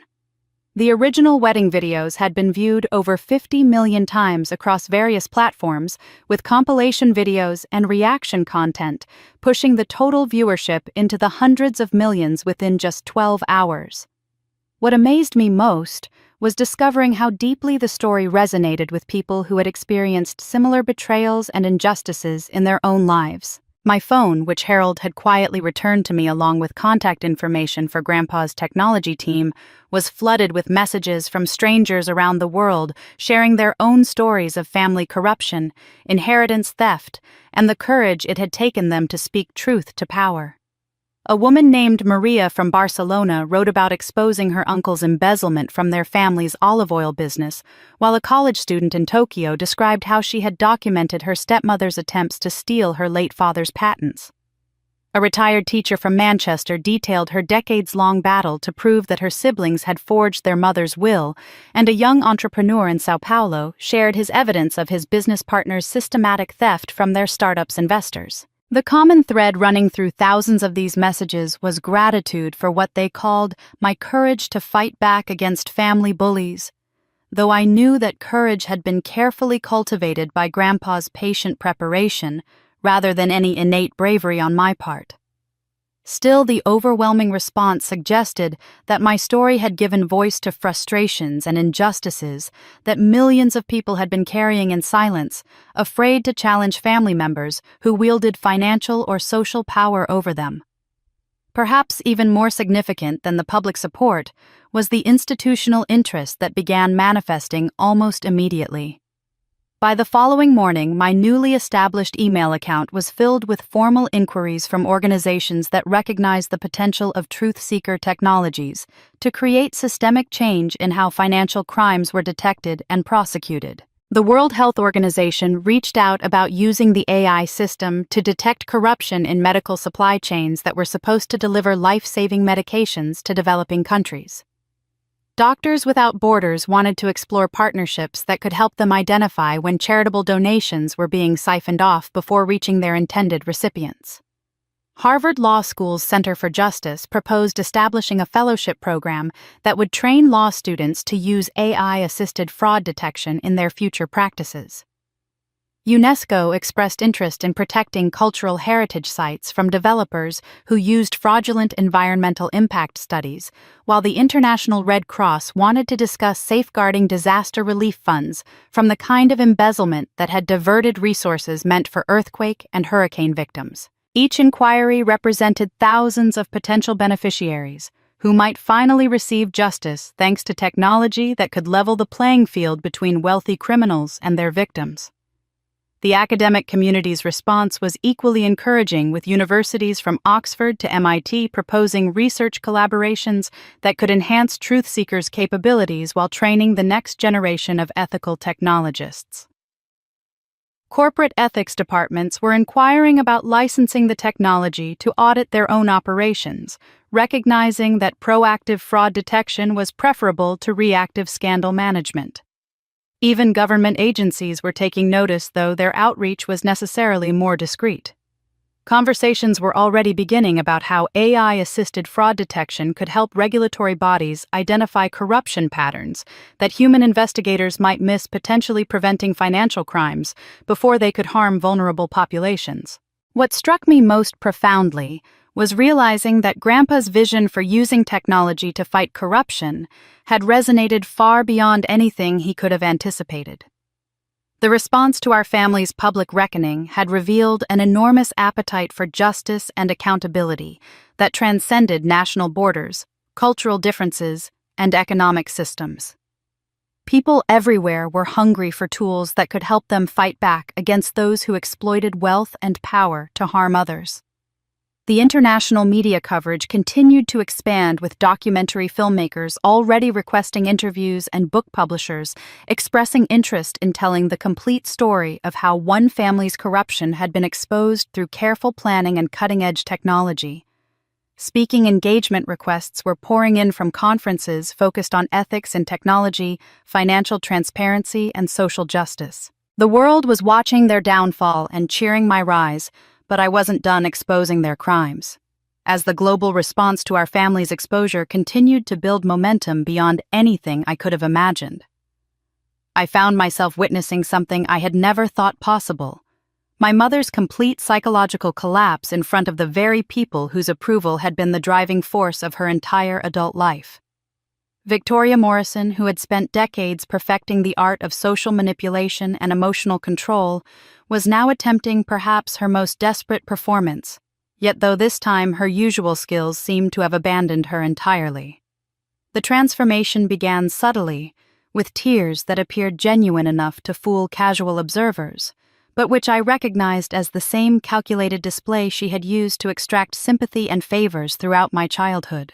She approached me with trembling hands, extended, her voice breaking with what sounded like maternal anguish, but which carried the hollow ring of someone reciting lines from a script she hadn't had time to properly rehearse. "Emma, darling, please," she whispered loud enough for nearby guests to hear every word of her supposed contrition. "I know we've made mistakes, terrible mistakes, but we're still family. Surely you can find it in your heart to forgive us, to help us through this crisis." Her eyes were red-rimmed and streaming, but I noticed how she positioned herself to ensure that her profile was visible to the society photographers who were still documenting every moment of this unprecedented evening. But even as she performed this desperate pantomime of maternal remorse, I watched her simultaneously working the room with the kind of social maneuvering that had made her a force in Manhattan's elite circles for so many years. Her free hand gestured subtly toward Mrs. Caldwell, seeking eye contact that might signal continued alliance, while her voice carried just far enough to reach influential guests who might be moved by her apparent suffering. "You have to understand," she continued, her voice rising with theatrical desperation. "Everything we did was for our daughters to secure their futures, to ensure they would never want for anything. Yes, we made poor choices, but our motives were pure. Our love was real." The performance was masterful in its technical execution, hitting every note that might resonate with an audience of parents who could understand the impulse to protect one's children at any cost. However, the reaction from the assembled crowd was nothing like what my mother had clearly expected. Instead of the sympathetic murmurs and supportive gestures that had greeted her social performances in the past, I watched as face after face hardened with disgust and contempt. These people had built their fortunes and reputations on their ability to read others, to detect authenticity from manipulation, and they were seeing through her desperate charade with brutal clarity. The defining moment came when Mrs. Margaret Astor, the undisputed queen of Manhattan society, whose approval could make or destroy careers and marriages, rose from her seat with the kind of cold dignity that had made her legendary throughout New York's social hierarchies. At 75, she commanded respect through sheer force of personality and an unwavering commitment to the standards of behavior that she believed separated civilization from chaos. "Victoria Morrison," she announced, her voice carrying clearly throughout the ballroom with the authority of someone delivering a final judgment. "True character reveals itself in crisis, and yours has been found wanting." The silence that followed her words was profound, as everyone present recognized that they were witnessing a social execution of the highest order. Mrs. Astor turned her back on my mother with deliberate ceremony, the gesture serving as both personal rejection and public signal to everyone else in the room about how they should respond to Victoria Morrison's desperate pleas for sympathy and support. The symbolism was unmistakable and devastating. Manhattan's most influential arbiter of social acceptability had just declared my mother persona non grata, effectively banishing her from elite society forever. The ripple effects of Mrs. Astor's condemnation were immediate and merciless. Guests who had been listening to my mother's performance with expressions of polite concern suddenly found reasons to turn away, to engage in conversations with other people, to check their phones or visit the restroom. The social isolation was so complete and so swift that it took my breath away, even though I had been hoping for exactly this kind of justice.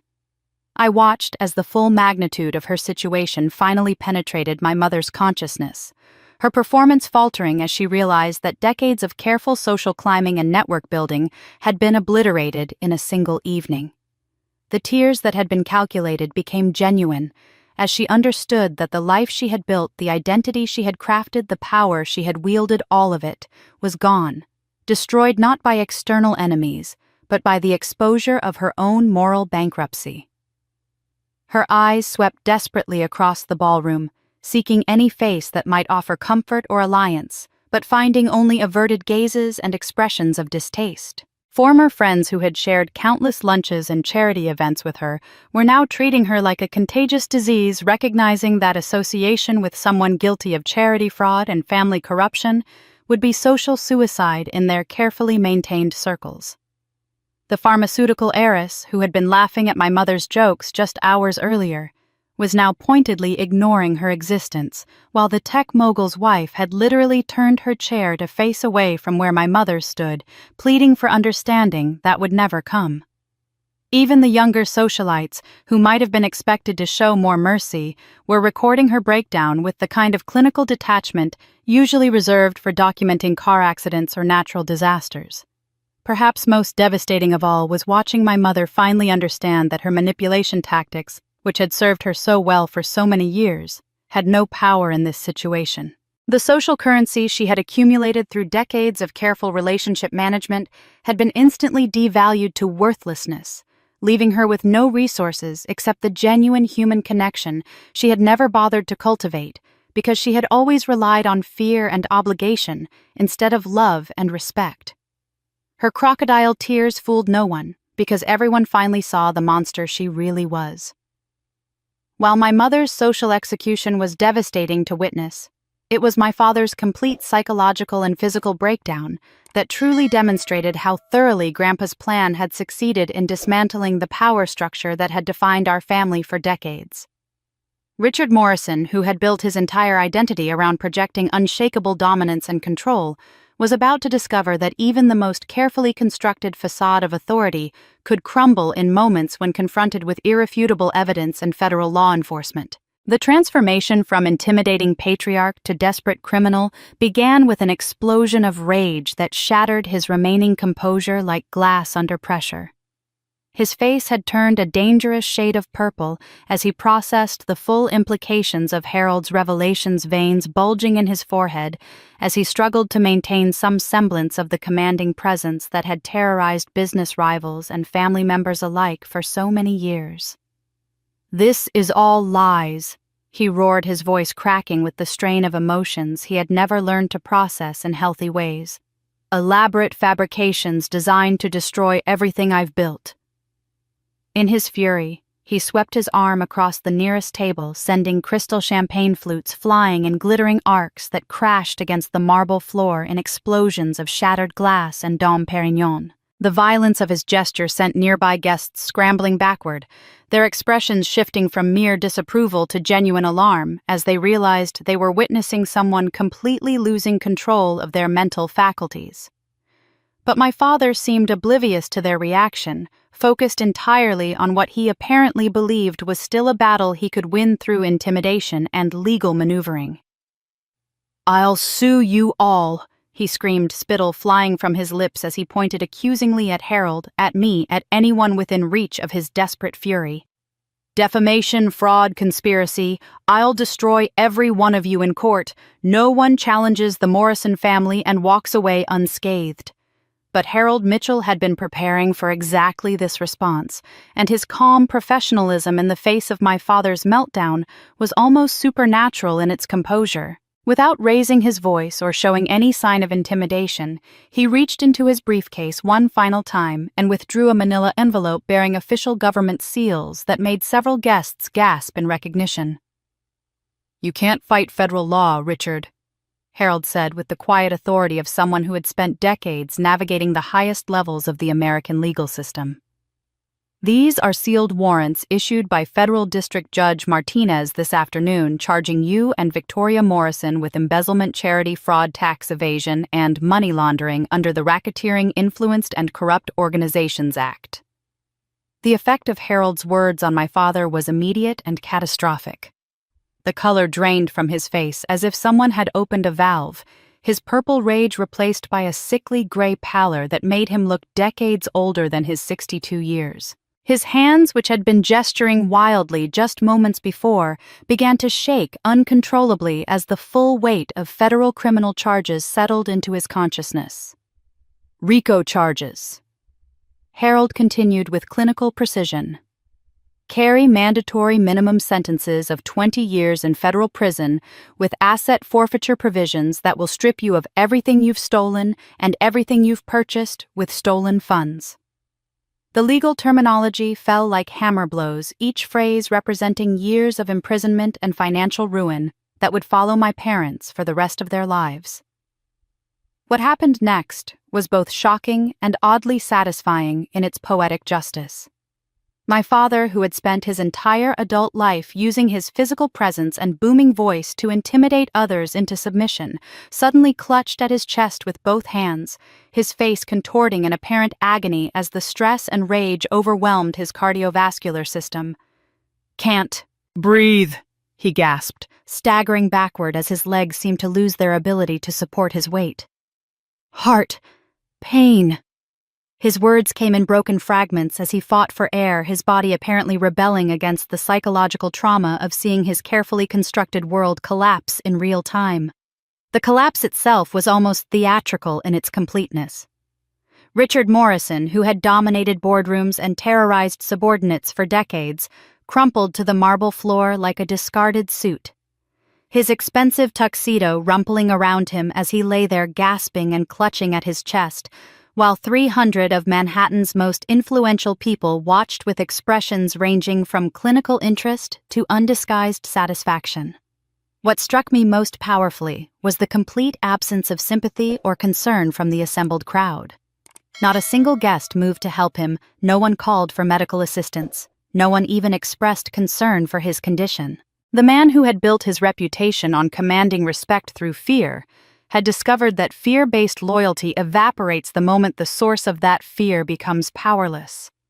Instead, I watched as people pulled out their phones to record his humiliation, as conversations continued around his prone form, as if he were nothing more than an inconvenient obstacle as society matrons stepped carefully around him to avoid getting too close to someone who had become toxic to their reputations.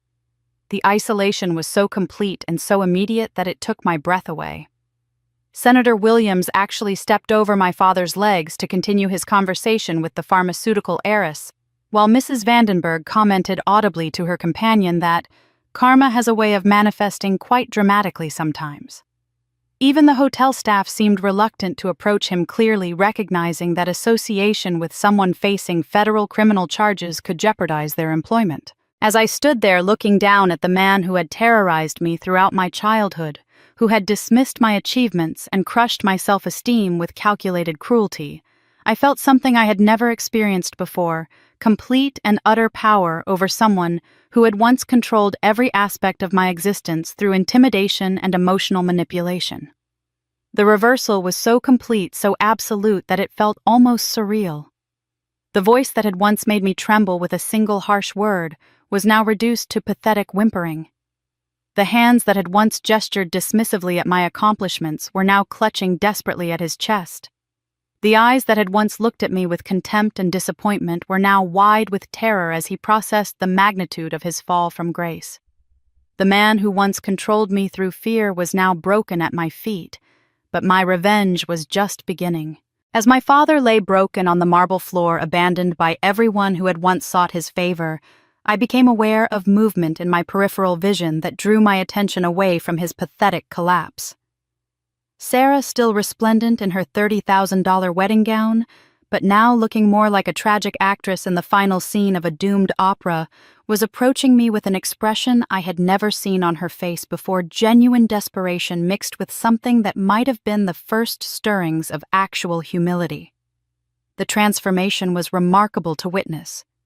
Sarah Morrison, who had glided through life on a cushion of privilege and entitlement, who had never been denied anything she wanted or forced to acknowledge the feelings of others, was now moving toward me with the hesitant steps of someone who had finally encountered a problem that couldn't be solved through charm manipulation or daddy's money. Her elaborate wedding makeup was streaked with tears that appeared genuine rather than theatrical, and her hands were shaking as she gathered the voluminous skirts of her designer gown. What happened next was something I had fantasized about during countless sleepless nights throughout my childhood and adolescence. But witnessing it in reality was far more surreal than I had ever imagined. Sarah Morrison actually lowered herself to her knees before me, her wedding dress pooling around her like spilled milk, as she looked up at me with eyes that held no trace of the superiority and contempt that had characterized every interaction we'd had for the past 28 years. "Emma, please," she whispered, her voice breaking with what sounded like genuine anguish, though I found myself analyzing every gesture for signs of the manipulation that had been her default mode for so long. "I know I haven't been the sister I should have been. I know I've hurt you, neglected, treated you badly, but we're still family, we're still blood." Her words tumbled out in a desperate rush, as if she feared I might walk away before she could complete her plea. "I'll split everything with you." She continued, reaching out to grasp the hem of my simple black dress with trembling fingers. "Whatever you inherited, whatever Grandpa left you, we can share it equally. 50-50, just like real sisters should. We can start over, build a better relationship, make up for all the lost time." The offer was delivered with the kind of earnest intensity that might have been moving if it weren't coming from someone who had spent decades treating me like an unwelcome houseguest in my own family. But I had been preparing for this moment longer than Sarah could have possibly imagined, and Grandpa's lessons about documentation and evidence preservation were about to serve their final, most devastating purpose. From my purse, I withdrew my smartphone and accessed the app that contained not just financial records and legal documents, but also audio recordings that I had been secretly making for the past 2 years, whenever Sarah thought she was speaking confidentially. "Actually, Sarah," I said, my voice carrying clearly enough for the surrounding guests to hear, "before we discuss any kind of sisterly reconciliation, I think James deserves to know the truth about why you really married him." The look of confusion that crossed her face was quickly replaced by dawning terror as she began to understand that her secrets might not be as secret as she had believed. I touched the screen of my phone, and Sarah's own voice filled the ballroom with crystal clarity, a recording I had made just 3 months ago when she had been drinking wine and bragging to her maid of honor about her clever financial strategy. "James is worth $20 million in trust fund money," her recorded voice announced with casual greed, "and the prenup his lawyers insisted on actually works in my favor because it guarantees me half of everything if the marriage lasts more than 18 months. The gasps from nearby guests were audible, but the recording continued with even more damaging revelations. "The plan is simple," Sarah's voice explained with the kind of clinical detachment usually reserved for discussing stock portfolios. "Play the devoted wife for exactly 2 years, document any behavior that could be construed as emotional neglect or incompatibility, then file for divorce and walk away with $10 million plus alimony. James is so desperate to be loved that he'll never see it coming." The effect on James Ashford was immediate and catastrophic. His face went through a spectrum of emotions from confusion to hurt, to a kind of cold fury that I had never seen from the generally mild-mannered heir to a pharmaceutical fortune. The man who had just pledged eternal love and devotion to Sarah in front of 300 witnesses was now looking at her with the kind of disgust usually reserved for discovering something rotten in food. "Is this true?" he asked, his voice barely above a whisper, but carrying clearly in the stunned silence that had fallen over the ballroom. "Did you marry me for money? Was everything we had together just a financial transaction for you?" Sarah's attempts to deny the evidence were pathetic in their desperation, her words tumbling over each other as she tried to claim that the recording had been taken out of context, that she had been joking, that I had somehow manipulated the audio to make her sound mercenary and calculating.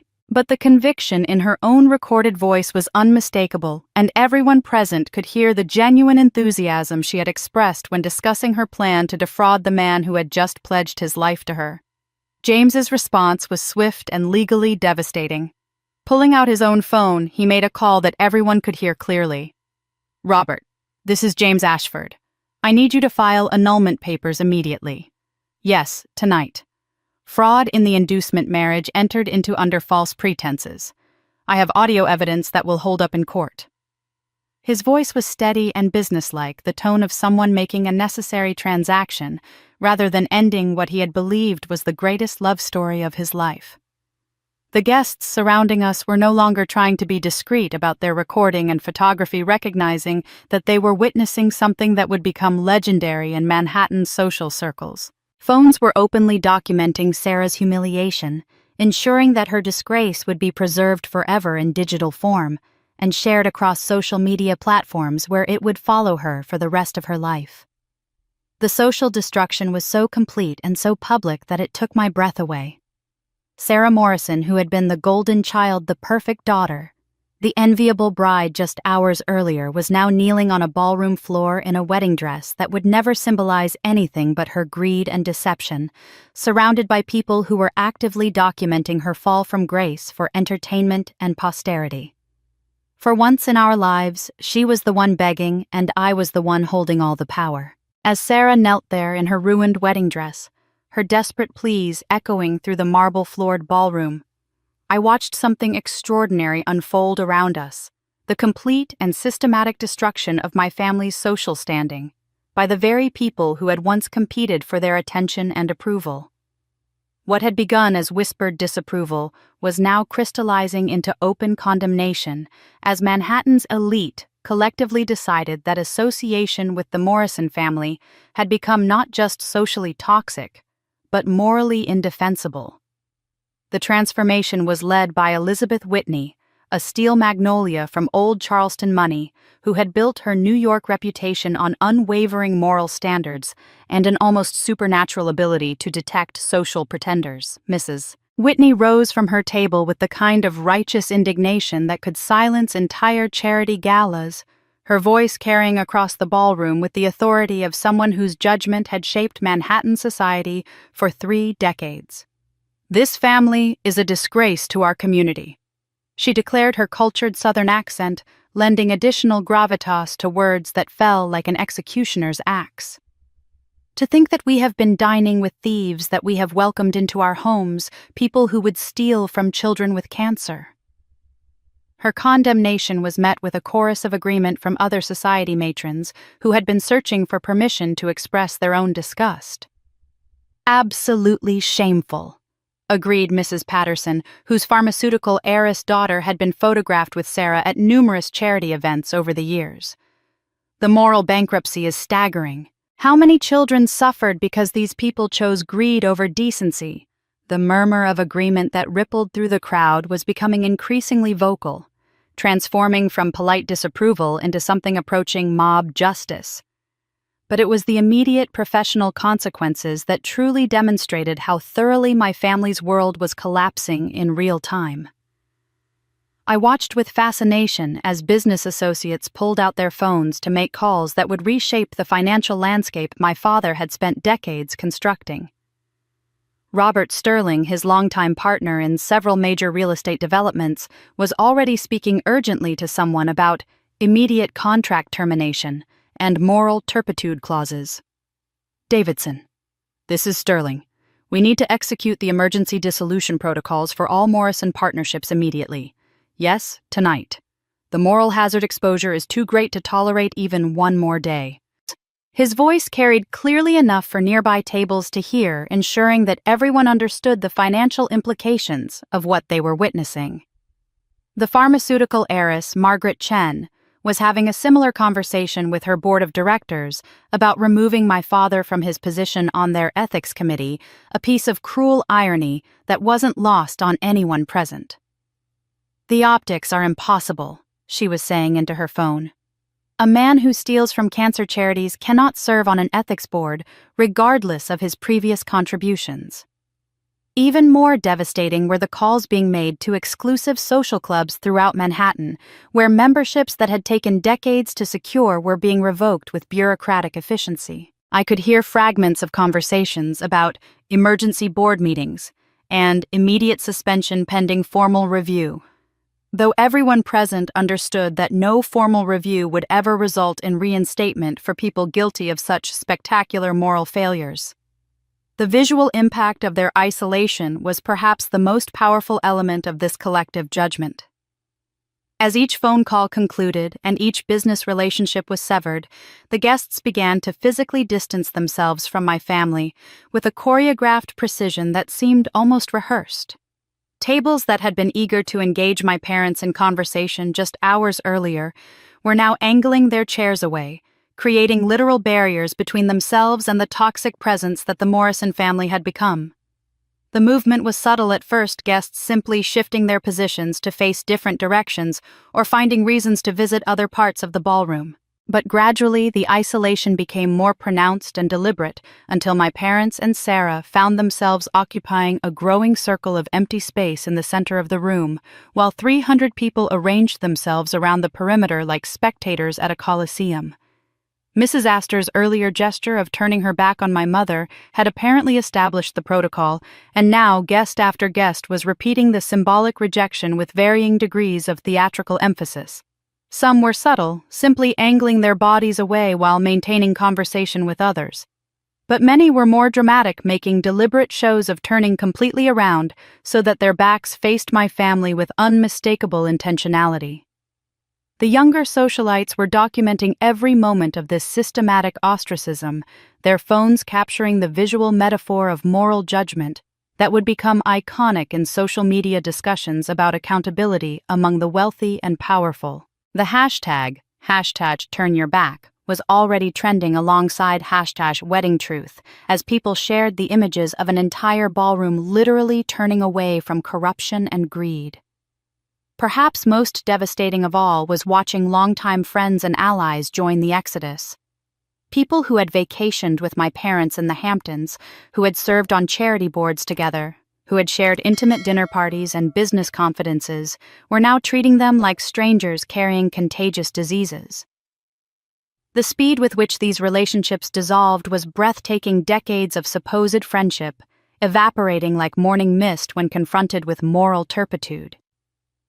Even the hotel staff seemed to sense the shift in dynamics, their service becoming noticeably less attentive as they recognized that the people who had seemed so important at the beginning of the evening were now pariahs whose influence had vanished entirely. Waiters who had been hovering attentively earlier were now avoiding eye contact, while the catering manager was clearly making calculations about damage control and liability management.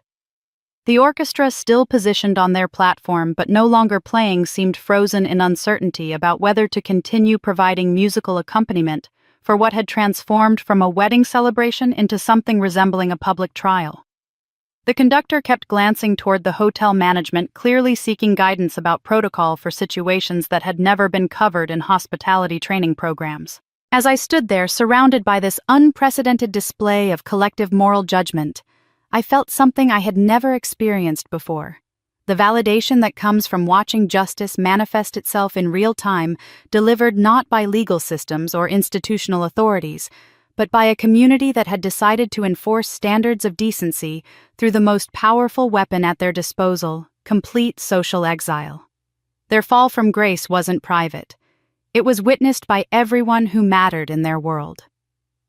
As I stood witness to this unprecedented display of collective moral judgment, my mind drifted back to the conversation that had made this moment possible, a warning delivered with such prescient clarity that it still sent chills down my spine whenever I remembered Grandpa's exact words. It had been our final private meeting just 6 weeks before his death, when he had summoned me to his study with an urgency that seemed out of character for someone who usually approached everything with patient deliberation. "Emma," he had said, his weathered hands gripping mine with surprising strength as we sat across from each other in the leather chairs that had witnessed so many of our chess games and coding lessons. "I need you to understand something that will be difficult to accept, but which you must never forget. They will betray you until the very end. Your parents, your sister, everyone who has treated you as less than worthy, when the moment of truth comes, they will choose money over family, greed over love, self-preservation over loyalty." At the time, I had thought his words were perhaps colored by the bitterness of age and illness, the cynical observations of someone who had seen too much human weakness during his 8 decades of life. But now, watching my family's complete moral collapse in front of 300 witnesses, I understood that his warning had been based not on cynicism, but on careful observation and systematic investigation that had revealed the true depths of their corruption. This is why documentation is so critical. He had continued, leading me to his computer setup where multiple hard drives hummed quietly with the accumulated evidence of years of patient detective work. Digital evidence properly encrypted and stored in multiple secure locations becomes unassailable truth that cannot be denied, destroyed, or explained away. Every conversation you record, every document you photograph, every financial transaction, you trace all of it becomes ammunition for the war. They don't yet know you're fighting. That afternoon, he had walked me through the most sophisticated evidence-gathering operation I could have imagined, a digital surveillance network that had been documenting my family's criminal activities with forensic precision for nearly 5 years. Bank records showed systematic embezzlement patterns that went far beyond the charity fraud I had already discovered, revealing a complex web of financial crimes that included tax evasion schemes involving offshore shell companies in the Cayman Islands and systematic billing fraud against insurance companies through inflated medical claims. The total amount of stolen funds exceeds $5 million. Grandpa had explained as he showed me spreadsheets that tracked every fraudulent transaction with accountant-level detail. But the real crime isn't just the money, it's the human cost. Children who didn't receive medical treatment, families who trusted their charitable donations to reach those in need, elderly patients who paid inflated insurance premiums because of systematic billing fraud. Your parents didn't just steal money, they stole hope, health, and sometimes life itself. The scope of the investigation had taken my breath away. Grandpa had somehow gained access to my father's business computers, my mother's personal email accounts, and even Sarah's private social media messages where she had bragged about various schemes to exploit wealthy friends and romantic partners. Every piece of evidence was meticulously cataloged, cross-referenced, and verified through multiple independent sources. I've been working with a network of private investigators, forensic accountants, and cybersecurity experts. He had revealed, pulling up files that showed coordination between multiple professional investigators across 3 states. People who understand that justice sometimes requires unconventional methods, especially when traditional law enforcement lacks the resources to pursue complex white-collar crimes. But it was the physical evidence that had truly demonstrated the extent of his preparation. From a concealed safe behind his bookshelf, Grandpa had produced a series of encrypted backup drives, each one containing complete copies of all the evidence he had assembled, along with detailed instructions for how to deploy it most effectively. The drives were designed with multiple layers of security requiring biometric authentication combined with passwords that only I would know. "These will turn their world upside down when the moment comes," he had said, pressing the drives into my hands with ceremonial solemnity. "But Emma, you must promise me that you won't use this information for mere revenge. Use it for justice. Use it to protect future victims. Use it to create a better world where people like your parents cannot exploit their wealth and status to harm others with impunity." Each drive contained not just evidence but also strategic plans for how to reveal the information for maximum impact, including media contacts who had agreed to investigate the story, legal experts who had reviewed the evidence and confirmed its admissibility in court, and even public relations specialists who could help manage the aftermath of such explosive revelations. "I've spent considerable resources ensuring that this evidence will be legally bulletproof," Grandpa had explained, showing me documentation from multiple law firms that had independently verified the authenticity and legal significance of what we had assembled. "Federal prosecutors have already been briefed on the general outline of the case. The moment you decide to move forward, the legal machinery will activate automatically." The technological infrastructure he had built was remarkable in its redundancy and sophistication. Cloud storage systems in multiple countries, blockchain verification protocols that would make evidence tampering impossible to conceal, and automated distribution networks that would ensure the information reached appropriate authorities, even if something happened to me or to him. "I've also prepared financial protection for you," he had added, showing me accounts and investments that had been quietly accumulating value while appearing to be routine portfolio management. "Whatever happens, you'll have the resources to rebuild your life independently, to pursue justice without fear of financial retaliation, and to create the kind of future that your integrity deserves." That final afternoon had concluded with Grandpa making me promise to memorize specific protocols for activating what he called the nuclear option, a comprehensive evidence release that would expose not just my family's crimes, but also implicate several other wealthy families whose corruption he had discovered during his investigation. It was a promise I had made, reluctantly hoping I would never need to use such devastating weapons. Grandpa had prepared for this exact moment down to the last detail, and his final gift would finish them completely. With Grandpa's meticulous preparation fresh in my mind, I realized that the moment he had trained me for had finally arrived, and it was time to deploy the most devastating weapons in the arsenal he had so carefully assembled over years of patient investigation. The evidence that Harold had presented was impressive, but it represented only the surface layer of a much deeper and more comprehensive case that would transform this wedding reception from a social spectacle into the opening scene of the largest white-collar criminal prosecution Manhattan had seen in decades. I approached the projection screen where Harold's presentation equipment was still active, withdrawing the encrypted drive that Grandpa had given me, along with the access codes that would unlock what he had called the complete picture of their moral bankruptcy. As the drive loaded its contents onto the large display, the ballroom fell into an expectant silence that seemed to recognize the gravity of what was about to unfold. The first files that appeared were audio recordings that made the earlier revelations seem almost quaint by comparison. My father's voice filled the ballroom with crystal clarity as he discussed with his accountant the best methods for disguising charitable embezzlement as legitimate administrative expenses. The beauty of cancer charities, his recorded voice explained with casual callousness, is that the donors are too emotionally invested to ask detailed questions about where their money actually goes. But it was my mother's recorded conversations that truly demonstrated the systematic nature of their crimes.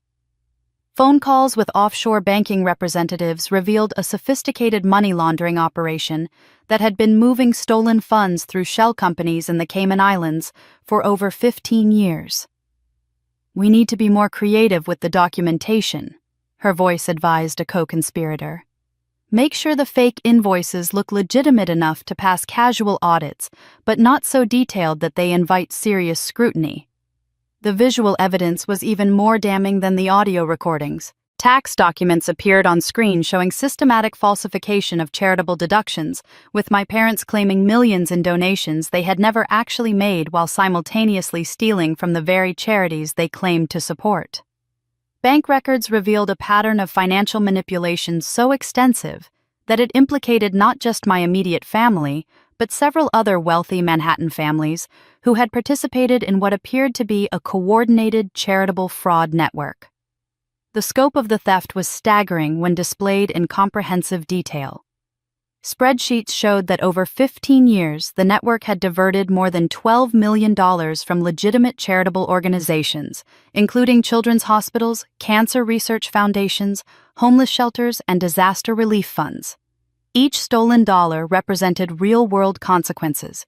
Treatments delayed research projects, canceled families left without support during their darkest hours. It was at this moment that I noticed movement near the ballroom's entrance, and my attention was drawn to a man I had assumed was simply another wedding guest, but who was now speaking urgently into a concealed microphone while displaying what appeared to be federal credentials to hotel security.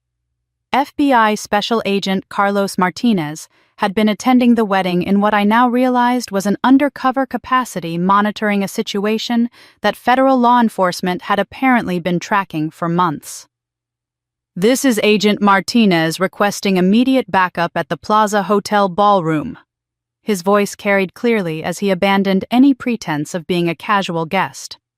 "We have probable cause for multiple federal arrests under RICO statutes. I need a full evidence response team and additional agents for crowd control." The transformation of a wedding reception into an active federal crime scene was surreal in its efficiency, as hotel security began cordoning off exits while Agent Martinez coordinated with what appeared to be additional undercover agents positioned throughout the crowd. But it was the final element of Grandpa's evidence collection that brought the emotional weight of my family's crimes into devastating focus. The screen displayed a video compilation that he had somehow arranged to record featuring families of children who had been affected by the theft of charitable funds.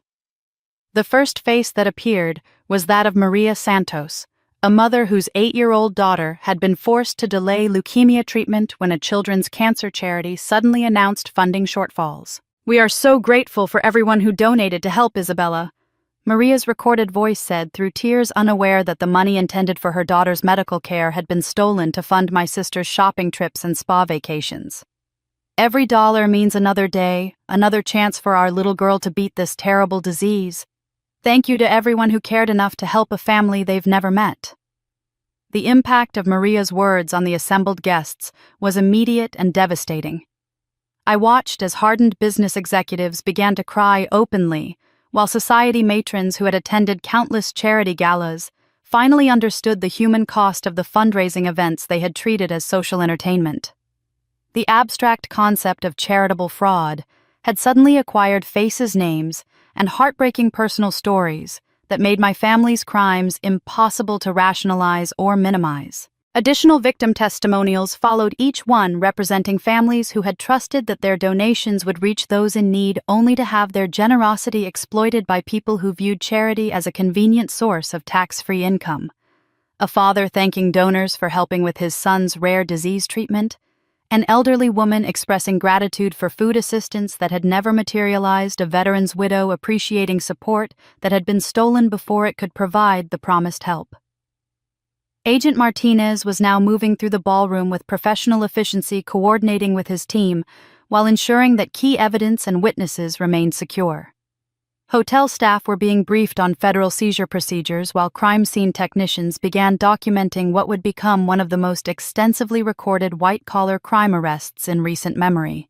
The federal investigation that was unfolding in real time represented the culmination of what I now understood had been a carefully orchestrated law enforcement operation, with Grandpa serving as a confidential informant who had spent years building an airtight case against not just my family, but an entire network of wealthy criminals who had believed their social status made them untouchable.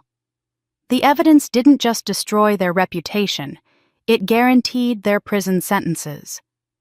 As the federal investigation unfolded around us with clockwork precision, I found myself witnessing something I had never imagined possible: the complete psychological disintegration of Victoria Morrison, the woman who had terrorized me throughout my childhood with her calculated cruelty and social manipulation. The realization that she was facing not just social disgrace but actual federal prison time seemed to shatter whatever remaining composure she had been clinging to, transforming her from Manhattan's polished society matron into something wild and desperate that bore no resemblance to the controlled predator I had known all my life.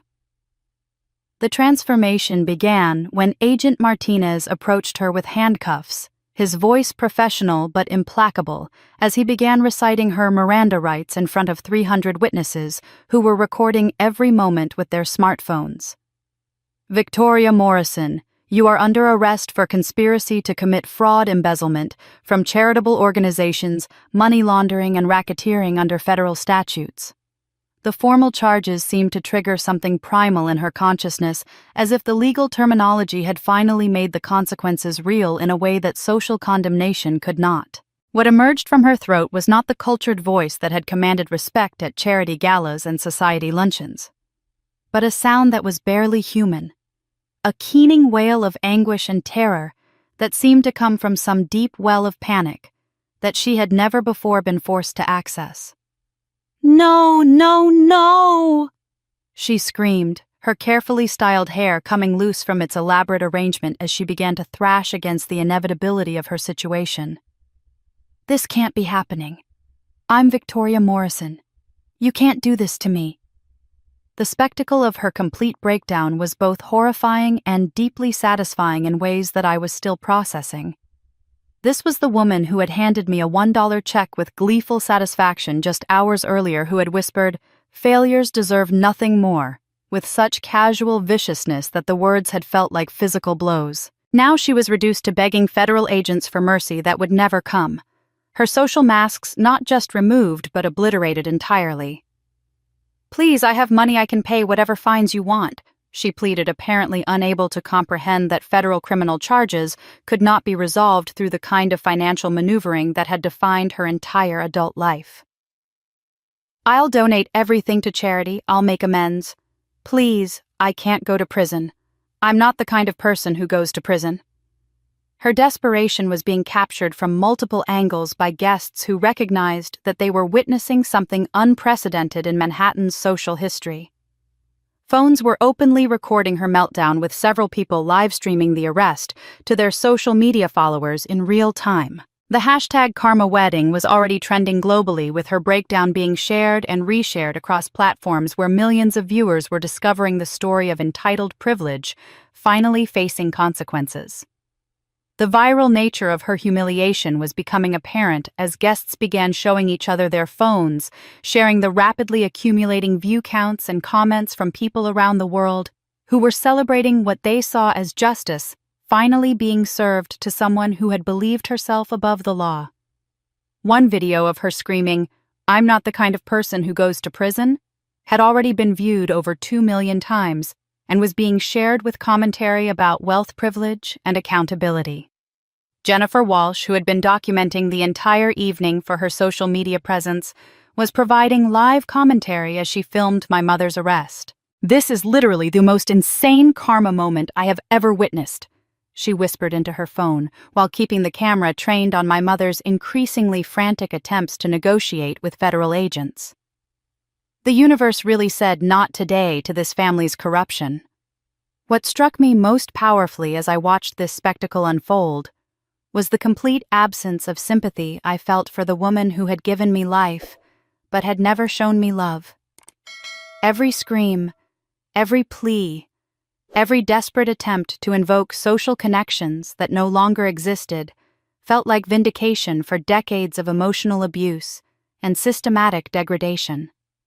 This was the person who had made me feel worthless and invisible, who had treated my achievements with contempt and my pain with indifference, now experiencing the kind of helplessness and humiliation she had inflicted on me countless times. The federal agents were handling her breakdown with professional detachment, neither cruel nor sympathetic, simply following established procedures for processing a suspect who was having an emotional crisis during arrest. Agent Martinez had seen enough white-collar criminal breakdowns to recognize that her hysteria was born of entitlement rather than genuine remorse, and his expression remained impassive as she continued to cycle through various strategies of denial, bargaining, and rage. "Mrs. Morrison," he said calmly as she continued to struggle against the handcuffs, "you have the right to remain silent, and I strongly recommend that you exercise that right. Anything you say can and will be used against you in court." His words seemed to penetrate her panic just enough to make her realize that her public meltdown was being recorded by hundreds of people and would likely be introduced as evidence of her mental state during future legal proceedings. The other arrested guests were watching her breakdown with expressions ranging from disgust to fascination, recognizing that her hysteria was making their own situations worse by association. My father, still pale and shaken from his earlier collapse, was trying to signal her to stop talking, but she seemed beyond the reach of reason or strategy. As federal agents began escorting her toward the ballroom's exit, she made one final attempt to reach me, her voice breaking with what might have been genuine emotion for the first time in decades. "Emma, please, you're my daughter. You can't let them do this to me. Tell them it was all a mistake. Tell them I love you." But I stood there in silence, watching her being led away in handcuffs while 300 of Manhattan's most influential people recorded every moment of her destruction. The irony was exquisite.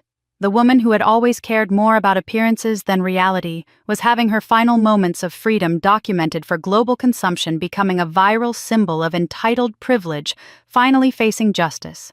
Her power over me was gone forever, and the world was celebrating her fall. As my mother was led away in handcuffs, her hysterical cries echoing through the marble corridors beyond the ballroom, I turned my attention to my father, who had managed to recover enough from his earlier collapse to witness the systematic destruction of everything he had spent his life building. Richard Morrison, the man who had terrorized boardrooms and broken competitors through sheer force of will, was now facing the complete evaporation of his power and influence. And his response to this existential crisis would provide the final demonstration of just how thoroughly he had misunderstood the nature of the forces arrayed against him. The moment that would define his ultimate downfall began when Agent Martinez approached him with a second set of handcuffs, flanked by 2 additional federal agents who had arrived as part of the backup team, now securing the ballroom as an active crime scene. My father's eyes darted frantically around the room, searching for any avenue of escape or negotiation, before settling on Harold Mitchell's briefcase, which still contained some of the legal documents that had already been presented as evidence. What happened next was so spectacularly self-destructive that even I, who had hoped for his complete humiliation, was amazed by the depths of poor judgment that desperation could inspire. With a sudden burst of manic energy that seemed to draw from some reserves of adrenaline he had been hoarding, my father lunged toward the briefcase, his hands shaking as he grabbed at the papers inside with the frantic determination of someone who believed that destroying evidence could somehow undo the digital documentation that had already been distributed to federal prosecutors. "These lies, these fabricated documents," he shouted as he began tearing at the papers with desperate fury, ripping legal documents into pieces, while dozens of guests recorded every moment of his breakdown with their smartphones. "I won't let you destroy my family with fake evidence. I won't let Harold's senile revenge fantasy ruin everything I've worked for." The irony of his actions was lost on him in his panic, but it was immediately apparent to everyone else in the ballroom. By attempting to destroy evidence in full view of federal agents and hundreds of witnesses, he was providing prosecutors with additional charges that would make his legal situation exponentially worse. Agent Martinez was already speaking into his radio, requesting that additional charges of obstruction of justice and evidence tampering be added to the arrest warrant. But the most damaging aspect of his desperate document destruction wasn't the legal implications. It was the viral social media content he was creating through his actions. Jennifer Walsh, who had become the unofficial documentarian of the evening's spectacular events, was live-streaming his breakdown to her Instagram followers with breathless commentary that was being shared and reshared across multiple platforms in real time. "Oh my God, you guys, he's literally trying to destroy evidence right in front of the FBI," she whispered into her phone, while keeping the camera focused on my father's increasingly frantic efforts to shred papers that had already been digitally backed up in multiple secure locations. "This is like watching someone dig their own grave on live television. The second-hand embarrassment is killing me." The hashtag #FallOfTyrant began trending within minutes as users across social media platforms shared clips of my father's meltdown with commentary that ranged from mockery to analysis of what his breakdown represented about wealth privilege and accountability. The videos were being viewed millions of times, with reaction content and commentary videos multiplying the reach exponentially as people around the world discovered the story of a powerful man's spectacular public collapse. What made the viral content particularly damaging was how clearly it captured the complete disintegration of the authoritative presence that had been the foundation of my father's professional and social identity. The man who had intimidated business rivals and dominated charity board meetings was now crawling on the marble floor, frantically gathering scattered paper fragments, as if reassembling them could somehow undo the comprehensive digital evidence that existed in encrypted cloud storage systems beyond his reach. Tech entrepreneur David Chen, who had been one of my father's business associates until witnessing the evening's revelations, was already on his phone terminating every professional relationship his companies had with Morrison Enterprises. "Cancel all contracts immediately," I could hear him saying to what was presumably his legal team. "Full termination clauses effective tonight. I don't want our company associated with this catastrophe for even one more day." Similar conversations were happening throughout the ballroom as former business partners, board members, and professional associates recognized that continued association with Richard Morrison would be toxic to their own reputations and business interests. The viral videos of his breakdown were already being shared in corporate Slack channels and business WhatsApp groups, ensuring that by morning, every significant figure in Manhattan's business community would have witnessed his complete loss of dignity and control. Real estate mogul Robert Sterling, who had been my father's partner in several major developments, was documenting the termination of their business relationship in real time, speaking loudly enough for nearby guests to hear his conversation with their shared legal counsel. "Emergency dissolution of all partnerships, effective immediately. Yes, I understand the financial implications, but the reputational damage of continued association would be catastrophic. Execute the moral turpitude clauses in all our agreements. The pharmaceutical industry connections that had been so crucial to my father's business success were evaporating with similar speed as executives recognized that association with someone facing federal racketeering charges would be impossible to explain to shareholders, regulatory agencies, and public health organizations. Board positions that had taken decades to secure were being revoked through emergency conference calls that were being conducted openly in the ballroom. Agent Martinez finally ended my father's pathetic document destruction attempt by physically restraining him, though not before he had provided prosecutors with additional evidence of consciousness of guilt that would be devastating in court. Richard Morrison, you are under arrest for conspiracy to commit fraud, embezzlement, money laundering, racketeering, and now obstruction of justice and evidence tampering, the agent announced while securing handcuffs around wrists that were still stained with ink from the papers he had been destroying. The additional charges represented years of additional prison time, transforming what might have been a manageable sentence into something approaching life imprisonment for a man in his 60s. His desperate attempt to destroy evidence had not only failed to help his situation, but had made it catastrophically worse, providing prosecutors with slam-dunk obstruction charges that would be impossible to defend against given the video evidence being recorded from multiple angles. As federal agents began escorting him toward the same exit where my mother had been removed just minutes earlier, the full scope of his professional destruction was becoming apparent through the conversations happening around us. Former allies were not just distancing themselves, but actively providing information to investigators, recognizing that cooperation might protect them from being swept up in the expanding federal investigation. The man who had once commanded respect through fear and intimidation was now being physically supported by federal agents as his legs seemed unable to carry the weight of his complete defeat. His empire of intimidation, built through decades of careful relationship management and strategic bullying, had been reduced to nothing more than viral video content that would follow him for the rest of his life.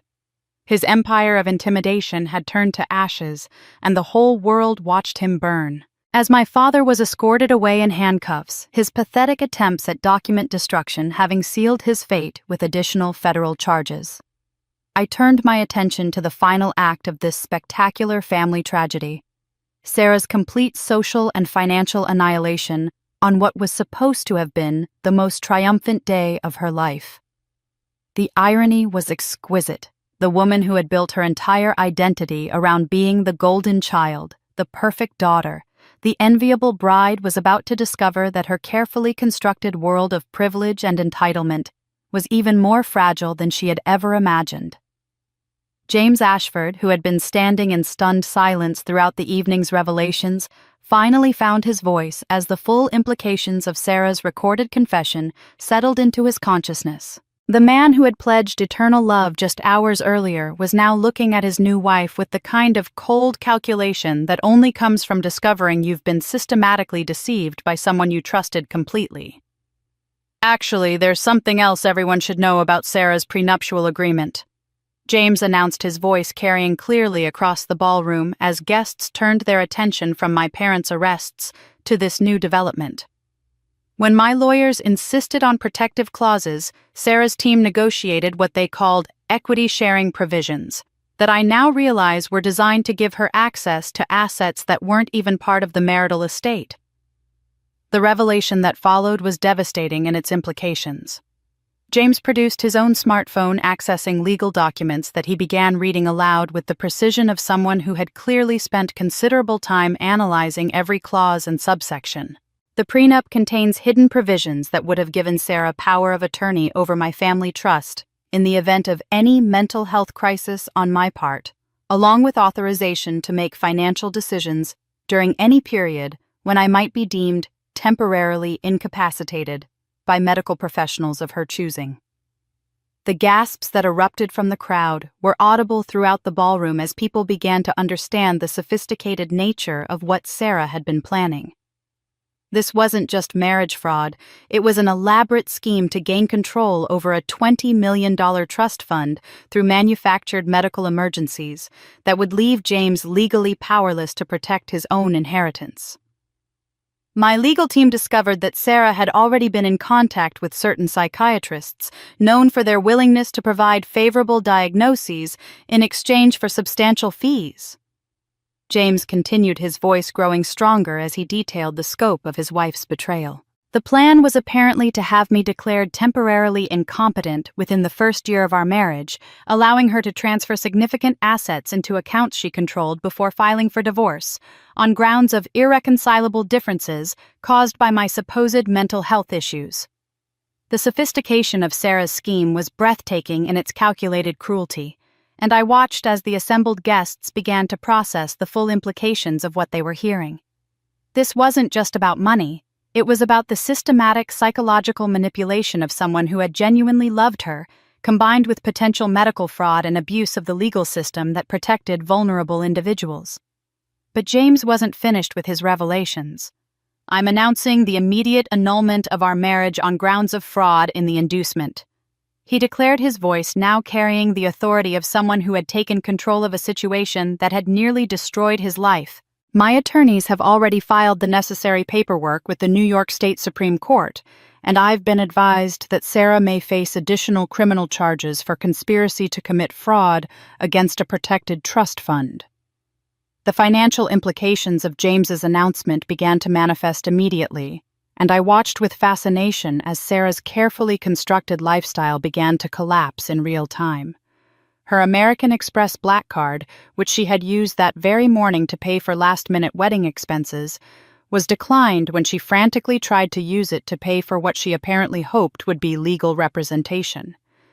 The trust fund that had been scheduled to transfer into her name following the marriage ceremony was not only revoked, but frozen pending investigation into possible fraud attempts. Even more devastating was the discovery that the wedding gifts, which had represented hundreds of thousands of dollars in jewelry, art, and luxury items from Manhattan's elite, were being systematically returned to their donors as word of the annulment spread. Cartier was already arranging to collect the diamond jewelry set that had been presented by the pharmaceutical heiress, while Tiffany was dispatching representatives to retrieve the custom crystal collection that had been a gift from the tech mogul's family. The social media destruction of Sarah's reputation was happening with viral speed that exceeded even my parents' spectacular downfall. Former friends who had served as bridesmaids attended her bachelorette parties and posed for countless Instagram photos celebrating her perfect life were now posting their own stories of how she had manipulated and exploited their relationships over the years. Madison Blackwell, her former maid of honor, posted a Twitter thread that quickly went viral, detailing how Sarah had systematically borrowed designer clothing and jewelry without returning it, maxed out credit cards in friends' names, and even stolen prescription medications during overnight visits. "She convinced me to co-sign a lease for a Hamptons house rental, then left me with the entire bill when she decided she preferred a different property," Madison's post revealed. "I'm learning that I was just one of many people she scammed." The Instagram account that had once showcased Sarah's glamorous lifestyle was being flooded with comments from former friends sharing their own stories of financial manipulation, emotional abuse, and systematic exploitation. Screenshots of text messages were being shared showing Sarah's casual requests for money that was never repaid, her manipulation of romantic relationships for material gain, and her complete lack of empathy when friends faced genuine crises. Jennifer Walsh, who had documented the evening's events with such enthusiasm, was now sharing previously private videos and photos that cast Sarah's past behavior in an entirely different light. Party footage that had once seemed to show a vibrant social life was now being interpreted as evidence of someone who treated relationships as transactional opportunities, always calculating what she could extract from every interaction.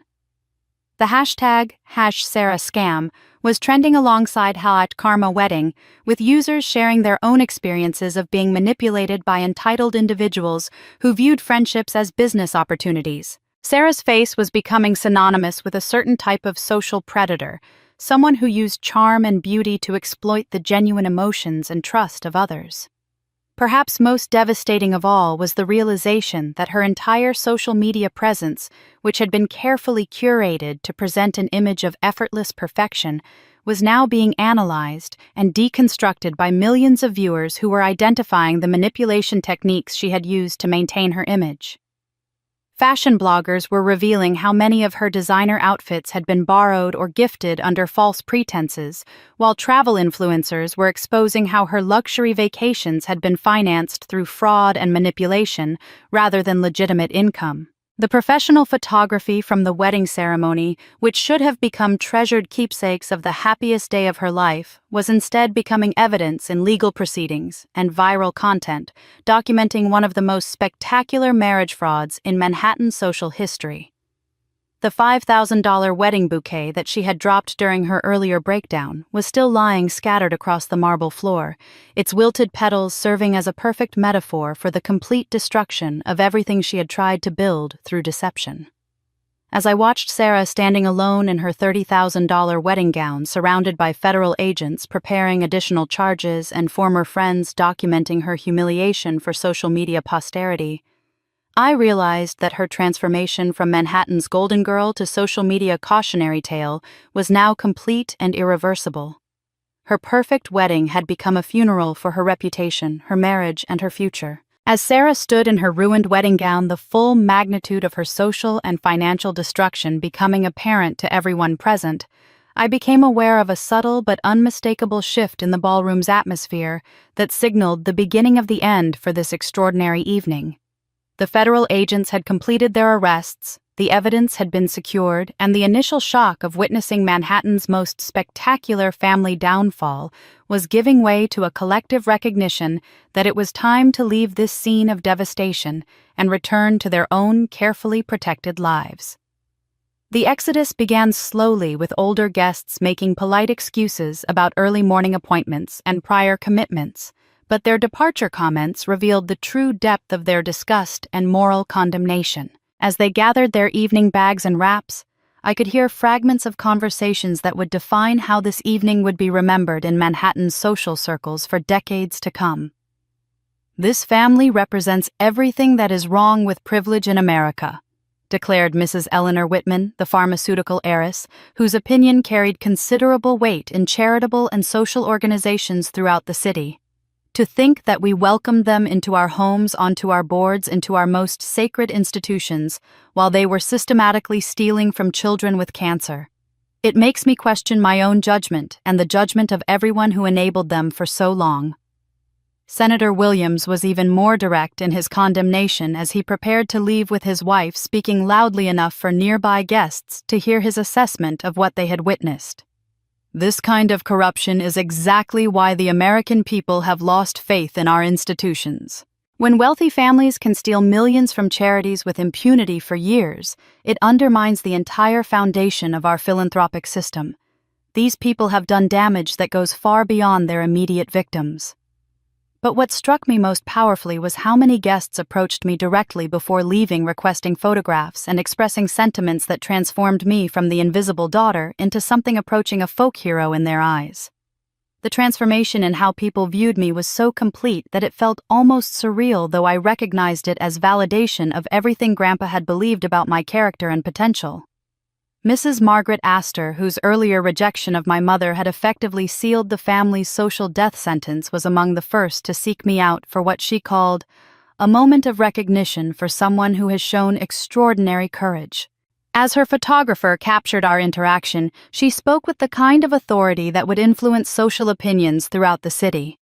"Emma Morrison represents the best of what family legacy should be: integrity, justice, and the courage to do what is right regardless of personal cost.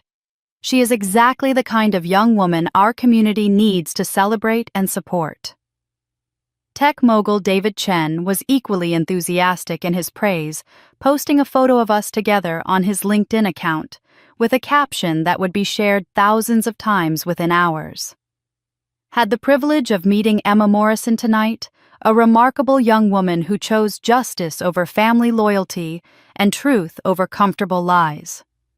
Her courage in exposing corruption will inspire a new generation of ethical leaders."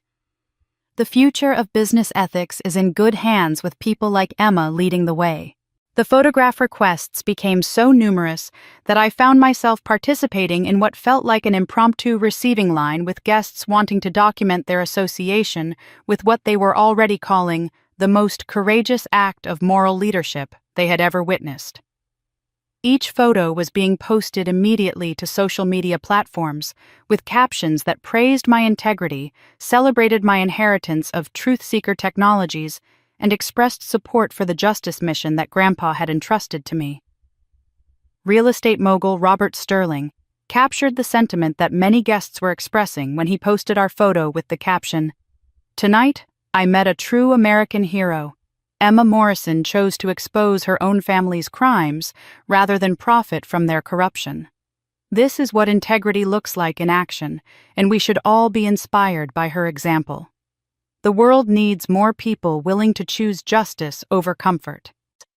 The hashtag #HadEmmaTheHero was beginning to trend alongside the various tags documenting my family's downfall, creating a narrative counterpoint that positioned me not just as the victim who had achieved revenge, but as a symbol of justice prevailing over corruption and a beacon of hope for others facing similar moral dilemmas in their own families and organizations. As the crowd gradually thinned and the last of the guests made their way toward the exits, I found myself standing alone in the center of the Plaza Hotel's grand ballroom, surrounded by the elaborate remnants of what had been intended as the celebration of my sister's perfect life. The $50,000 worth of imported white roses were beginning to wilt in their towering arrangements, their perfect petals now scattered across marble floors that had been polished to mirror brightness, for an occasion that would be remembered for entirely different reasons. Crystal champagne glasses sat abandoned on silk-draped tables, some still half-filled with Dom Perignon that had lost its effervescence as the evening's drama unfolded. The 12-piece orchestra had long since packed their instruments and departed, leaving behind empty music stands and abandoned chairs that had provided the soundtrack to one family's complete destruction and another person's ultimate vindication.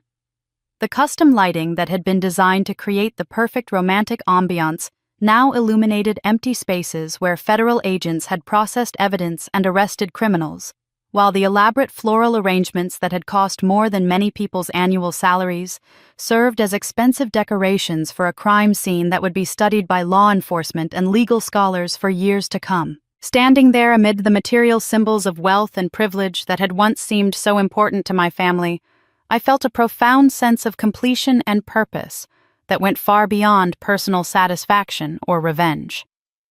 This ballroom had been the stage for Grandpa's masterpiece, the culmination of years of patient planning and evidence gathering that had not only delivered justice for specific crimes, but had also created a template for holding wealthy criminals accountable that could be replicated across the world. The silence was profound and peaceful, broken only by the distant sounds of hotel staff beginning the massive cleanup operation that would restore the plaza's ballroom to its usual grandeur. But I knew that no amount of cleaning could erase what had happened here tonight, just as no amount of money or influence could restore my family's reputation or protect them from the consequences of their choices. As I stood there absorbing the magnitude of what had been accomplished, I felt Grandpa's presence more strongly than ever, not as a ghostly visitation, but as a deep certainty that his faith in me had been justified, and that his life's work would continue through the tools and resources he had left in my care. When the ballroom emptied, only silence remained, but my work destroying them was far from finished. In the weeks following that extraordinary evening at the Plaza Hotel, I watched with deep satisfaction as the legal machinery that Grandpa had set in motion ground my family's lives into dust with the relentless efficiency of federal justice. The charges that had seemed so shocking when first announced in the ballroom were only the beginning of a comprehensive legal assault that would ensure none of them would ever again pose a threat to innocent victims or enjoy the privileges they had exploited for so many years. The federal prosecutors, armed with the comprehensive evidence that Grandpa had spent years assembling, built cases so airtight that even Manhattan's most expensive defense attorneys advised their clients to accept plea bargains rather than risk the enhanced sentences that would come with conviction at trial. My father received 22 years in federal prison under RICO statutes, with his sentence enhanced by the obstruction of justice charges stemming from his pathetic document destruction attempt at the wedding. My mother's sentence was slightly less severe at 18 years, though her legal team's attempts to portray her as a victim of my father's influence were undermined by the extensive audio recordings of her enthusiastically planning various fraud schemes. Sarah faced 15 years for conspiracy charges related to the marriage fraud attempt, though her sentence was complicated by additional state charges for identity theft and credit card fraud that emerged during the investigation. The sophisticated nature of her prenup manipulation scheme had caught the attention of prosecutors in multiple jurisdictions, each eager to make examples of wealthy criminals who had believed their social status provided immunity from consequences. But the prison sentences were only part of their punishment.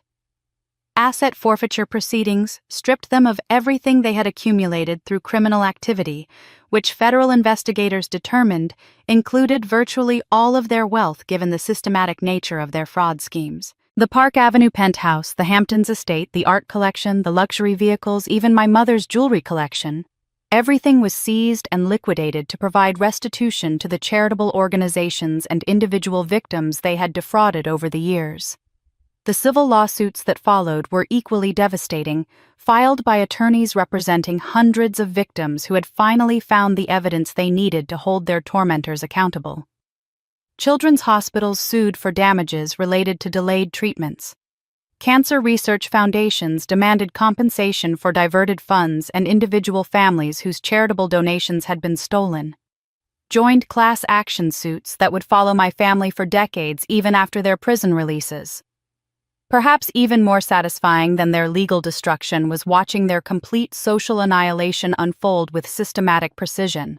The social exile began immediately after their arrests, but it deepened and became more comprehensive as Manhattan's elite recognized that association with convicted felons would be permanently toxic to their own reputations and business interests.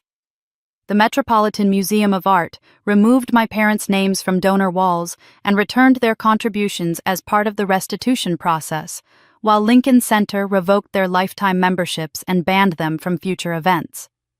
The exclusive country clubs where they had spent weekends networking with other wealthy families not only expelled them, but also implemented new background check procedures specifically designed to prevent similar criminals from infiltrating their membership rolls in the future. Former friends who had once competed for invitations to Morrison family gatherings now actively avoided any mention of their names, treating them like a contagious disease that could spread to anyone foolish enough to express sympathy or maintain contact.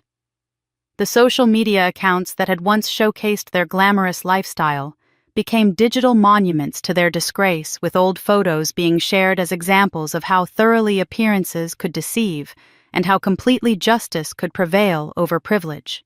But what gave me the deepest sense of purpose was discovering how far beyond Manhattan our story had resonated, inspiring investigations and reforms that would protect countless future victims from similar exploitation. International news coverage of the wedding revelations had prompted law enforcement agencies in 12 countries to launch their own investigations into charitable fraud among wealthy families, using truth-seeker technologies' AI algorithms to detect patterns of financial manipulation that had previously gone unnoticed.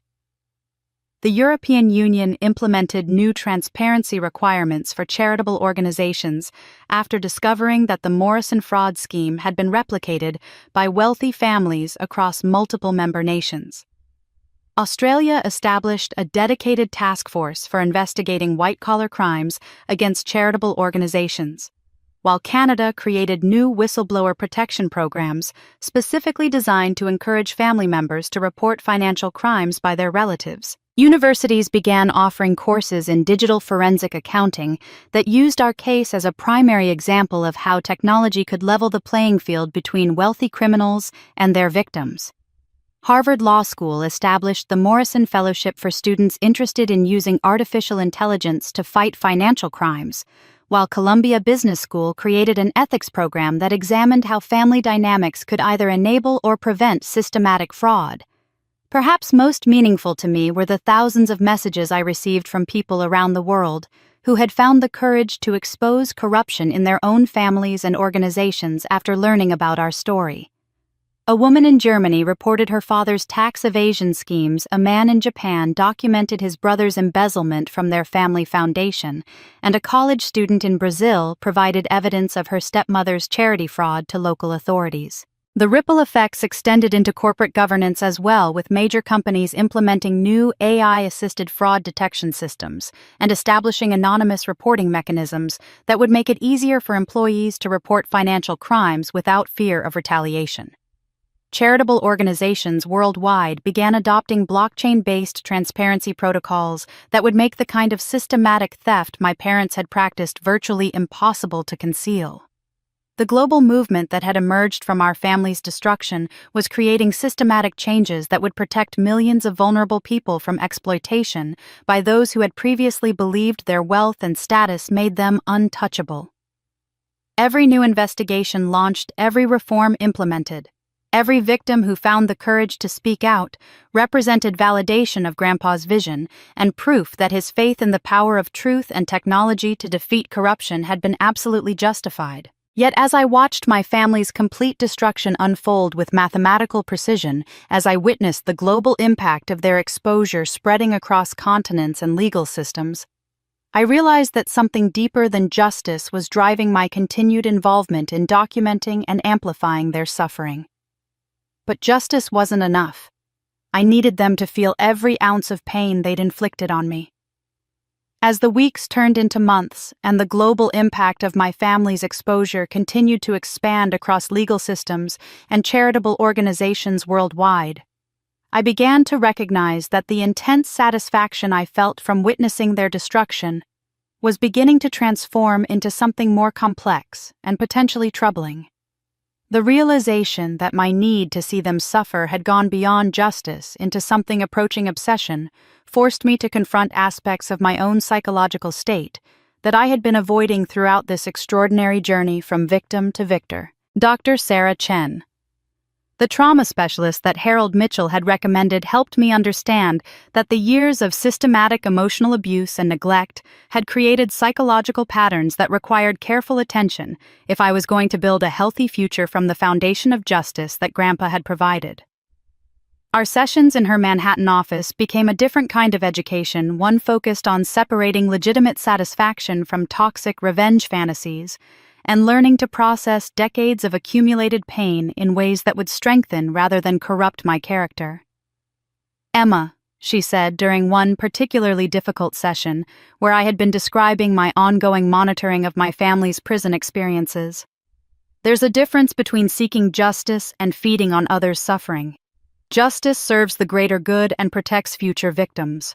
What you're describing sounds more like emotional vampirism, where you're using their pain to fill holes in your own psyche that can only be healed through internal work." The insight was uncomfortable, but undeniably accurate. I had been spending hours each week reading prison reports, monitoring their disciplinary records, and even reviewing their commissary purchases with a level of attention that suggested I was using their misery as a drug to treat my own unresolved trauma. Dr. Chen helped me understand that this pattern, while understandable given my history, could ultimately prevent me from building the kind of meaningful life that would truly honor Grandpa's legacy. The therapeutic work was challenging in ways that made running a technology company seem simple by comparison. Confronting the child inside me who had internalized my parents' messages about my worthlessness, learning to separate their failures from my identity, and developing healthy ways to process anger and grief required a kind of courage that was different from anything I had needed during the wedding confrontation. Simultaneously, I was immersing myself in the complex world of running truth-seeker technologies, working closely with Grandpa's former business partners to understand not just the technical aspects of fraud detection algorithms, but also the profound social responsibility that came with wielding such powerful tools. Dr. Michael Harrison, who had been Grandpa's co-founder and closest collaborator for 15 years, became my mentor in navigating the ethical implications of using artificial intelligence to expose human corruption. "Your grandfather understood that technology without wisdom is dangerous," Dr. Harrison explained during one of our weekly strategy meetings in the company's Manhattan headquarters. The AI we've developed can identify financial fraud patterns with unprecedented accuracy, but deciding when and how to use that power requires judgment that no algorithm can provide. That's why he chose you, not because you were perfect, but because you had demonstrated the kind of moral compass that could guide this technology toward justice rather than revenge. The leadership training was intensive and multifaceted, covering everything from international corporate governance to the psychology of whistleblowing to the complex legal frameworks that governed financial investigations across different countries. I was learning to think not just about individual cases like my family's crimes, but about systemic approaches to preventing corruption that could protect millions of potential victims worldwide. Perhaps the most transformative aspect of this period was discovering how profoundly my story had resonated with people facing their own battles against family abuse, financial exploitation, and institutional corruption. The letters, emails, and messages that arrived daily from around the world created a connection to human suffering and resilience that went far beyond my personal experience and gave deeper meaning to the work I was undertaking. Maria Gonzalez wrote from Mexico City about finding the courage to report her uncle's embezzlement from their family's construction business after watching news coverage of my wedding confrontation. David Kim sent a detailed account from Seoul of how he had used similar documentation techniques to expose his brother's systematic theft from their elderly parents' medical care fund.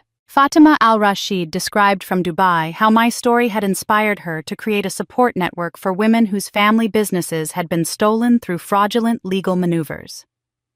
Each letter represented not just personal validation, but also evidence that Grandpa's vision of using technology and courage to fight corruption was creating ripple effects that extended far beyond what any of us had imagined possible. These weren't just isolated incidents of justice. They were part of a growing global movement of people who had found the strength to challenge corrupt family members and institutions that had previously seemed untouchable. The most moving correspondence came from children and teenagers who described feeling invisible and worthless in their own families, just as I had throughout my childhood. Their letters reminded me that healing my own trauma wasn't just about personal growth, it was about modeling healthy responses to abuse that could help others break similar cycles in their own lives. Working with Dr. Chen to process these communications became an essential part of my therapy, helping me understand that my story had become larger than my personal experience and carried responsibilities that required emotional stability and clear thinking rather than ongoing anger and revenge fantasies. The combination of therapeutic work, leadership development, and global correspondence was gradually transforming my understanding of what Grandpa had really given me. It wasn't just wealth or technology or evidence of my family's crimes. It was an opportunity to build something meaningful from the ashes of their corruption, to create positive change that would honor the values he had tried to instill in me throughout our years together. The work was difficult but deeply satisfying in ways that watching my family suffer had never been. Building fraud detection systems that could protect charitable organizations, training law enforcement agencies to use AI-assisted investigation techniques, and providing resources for abuse survivors to document and report their experiences felt like constructive uses of the gifts Grandpa had left me. As I approached the first anniversary of that extraordinary wedding night, I felt a sense of completion and readiness that I had never experienced before. The angry, traumatized young woman who had stood in that ballroom clutching a $1 check had been transformed into someone capable of leading a global organization and serving victims of corruption worldwide. I was ready to build something beautiful from their destruction, but Grandpa had saved his greatest surprise for last. As the transformative work of therapy and leadership development reached its culmination, I realized that the true measure of my victory over my family's corruption would not be found in their continued suffering, but in the positive impact I could create using the resources and platform that Grandpa had so carefully constructed for me. The launch of the Morrison Foundation for Global Justice represented the completion of my evolution from victim to advocate, transforming the pain they had inflicted into a powerful force for protecting others who faced similar exploitation and abuse. The Foundation's artificial intelligence systems, enhanced by the evidence-gathering techniques that Grandpa had perfected, began identifying patterns of financial fraud across charitable organizations in 47 countries within our first year of operation. Our algorithms detected embezzlement schemes in children's hospitals in Brazil, identified tax fraud in disaster relief organizations across Southeast Asia, and uncovered systematic theft from educational foundations throughout Eastern Europe. Each case represented families and communities that would receive justice and recovered funds because of technology that had been born from my family's crimes. The scale of impact was staggering and deeply satisfying in ways that personal revenge had never been. In partnership with Interpol and national law enforcement agencies, our investigations had recovered over $200 million in stolen charitable funds, returning resources to medical research programs, educational initiatives, and disaster relief efforts that had been crippled by corruption. The ripple effects extended to thousands of individual beneficiaries: children who received life-saving treatments, students who gained access to educational opportunities, and families who found support during natural disasters.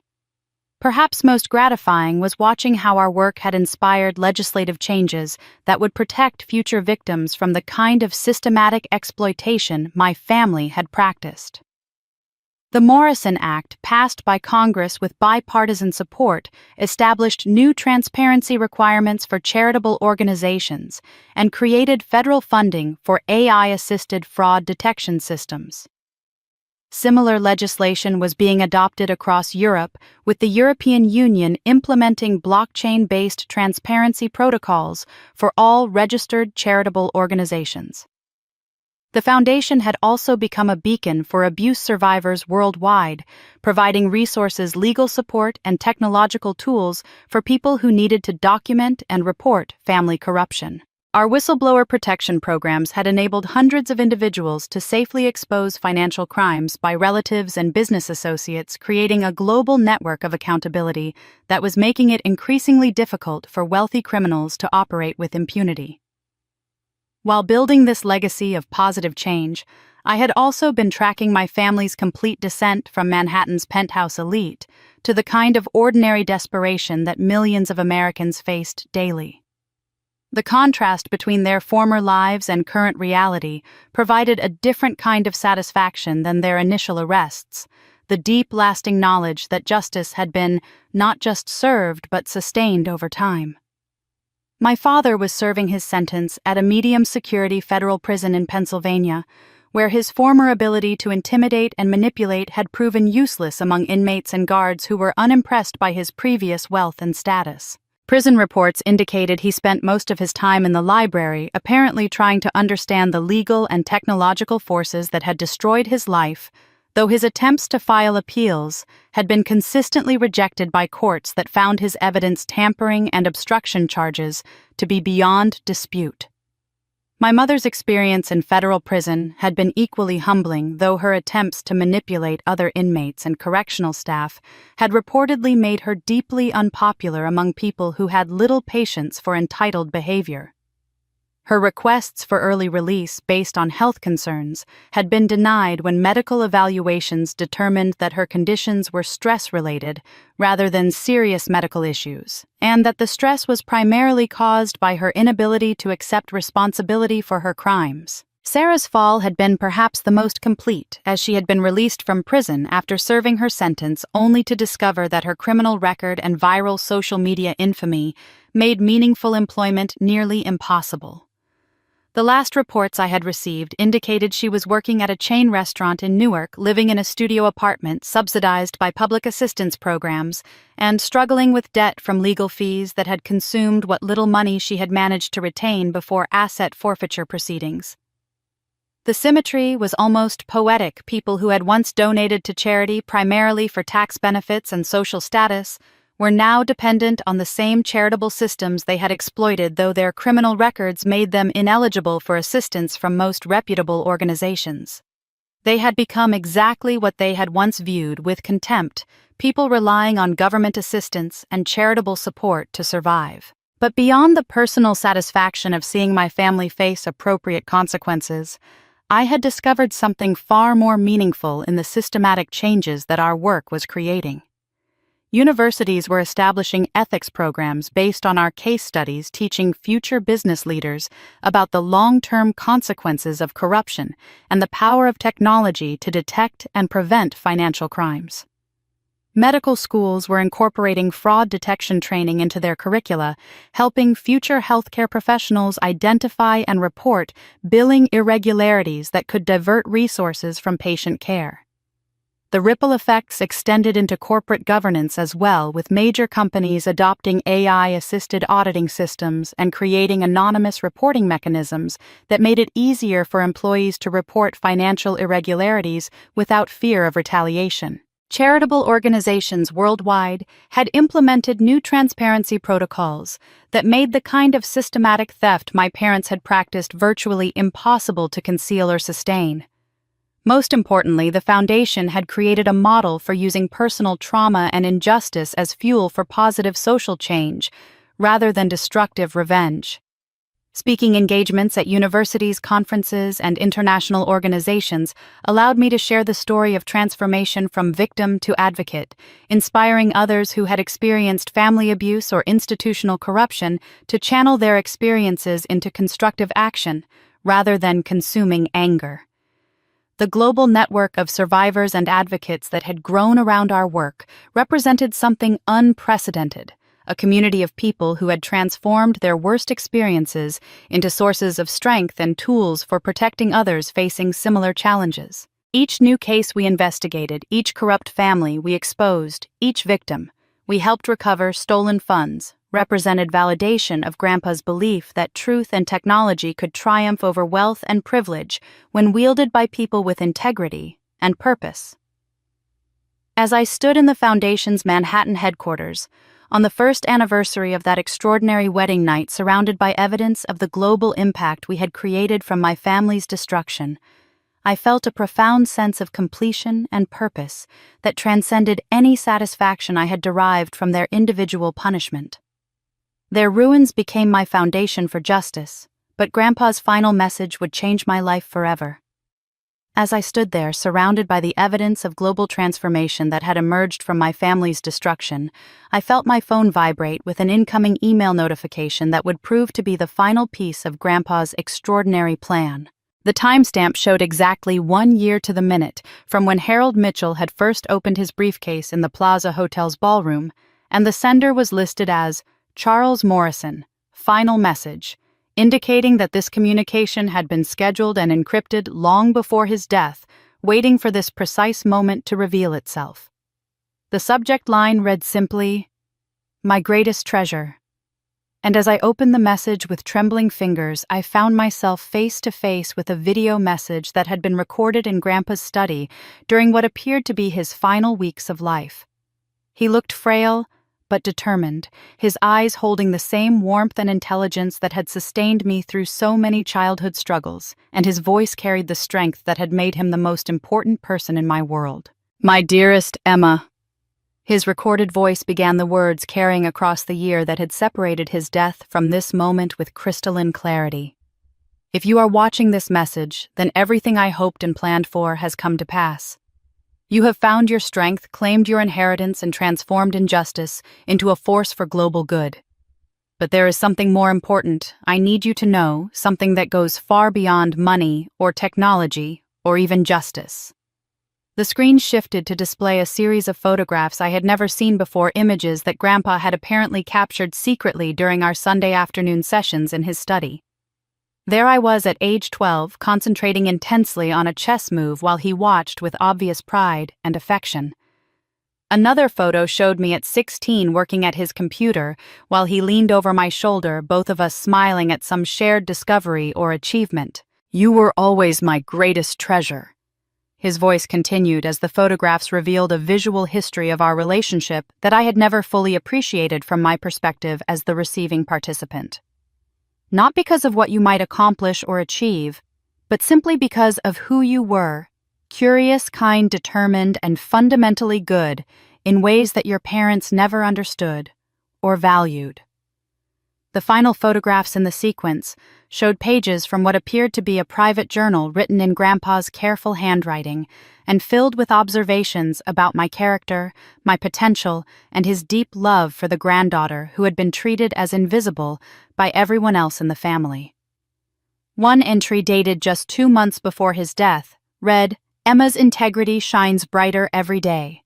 She will transform our family's legacy from one of exploitation to one of justice, not because I am teaching her to do so, but because it is simply who she is at her core." As I read his private thoughts about me, thoughts he had never shared directly but had carefully preserved for this moment, I felt something fundamental shift inside my heart. The realization hit me with stunning clarity. While the revenge I had orchestrated against my family had given me justice and validation, it was Grandpa's unconditional love that had given me the capacity to heal, to grow, and to transform pain into purpose. "I want you to understand," his voice continued from beyond death, with the wisdom that had guided my entire journey, "that their cruelty toward you was never about your worth. It was about their inability to recognize worth when it didn't serve their immediate purposes. You have always been extraordinary, Emma, not because of what you accomplished in response to their neglect, but because of the fundamental goodness that no amount of mistreatment could destroy." The message concluded with instructions for accessing a final encrypted folder containing years of journal entries, photographs, and video recordings that documented not just the evidence gathering he had been conducting, but also his private thoughts about my development, his pride in my achievements, and his absolute faith that I would use whatever resources he left me to make the world more just and compassionate. As I absorbed the magnitude of what he had given me, not just wealth and technology and evidence, but also the profound gift of knowing that someone had seen my true value even when I couldn't see it myself, I felt the last vestiges of childhood trauma and self-doubt finally dissolving into something approaching complete self-acceptance. Standing there in my office on the 40th floor of the Manhattan skyscraper that now housed Truth Seeker Technologies and the Morrison Foundation for Global Justice, I looked out over the city where my family had once wielded such influence and caused such harm. The view encompassed Central Park, where Grandpa and I had walked and talked about justice and integrity. The Plaza Hotel, where their empire had crumbled in front of 300 witnesses, and the federal courthouse where they had been sentenced to face the consequences of their crimes. But more importantly, the view represented the future I was building from the foundation of their destruction, a future where artificial intelligence served justice instead of profit, where victims of corruption had resources to fight back against powerful predators, where children like I had been would never have to face abuse and neglect without hope of rescue or vindication. The global movement that had grown from our work was expanding daily, with new offices opening in London, Tokyo, São Paulo, and Mumbai. Each one staffed by survivors of corruption and abuse who had found the courage to transform their experiences into tools for protecting others. The legislation we had inspired was creating systematic changes that would protect millions of people, while the technology we had developed was making it increasingly impossible for wealthy criminals to operate with impunity. As I stood there watching the sun set over Manhattan, painting the sky in shades of gold and crimson that seemed to promise infinite possibilities for the future, I finally understood the complete architecture of what Grandpa had created.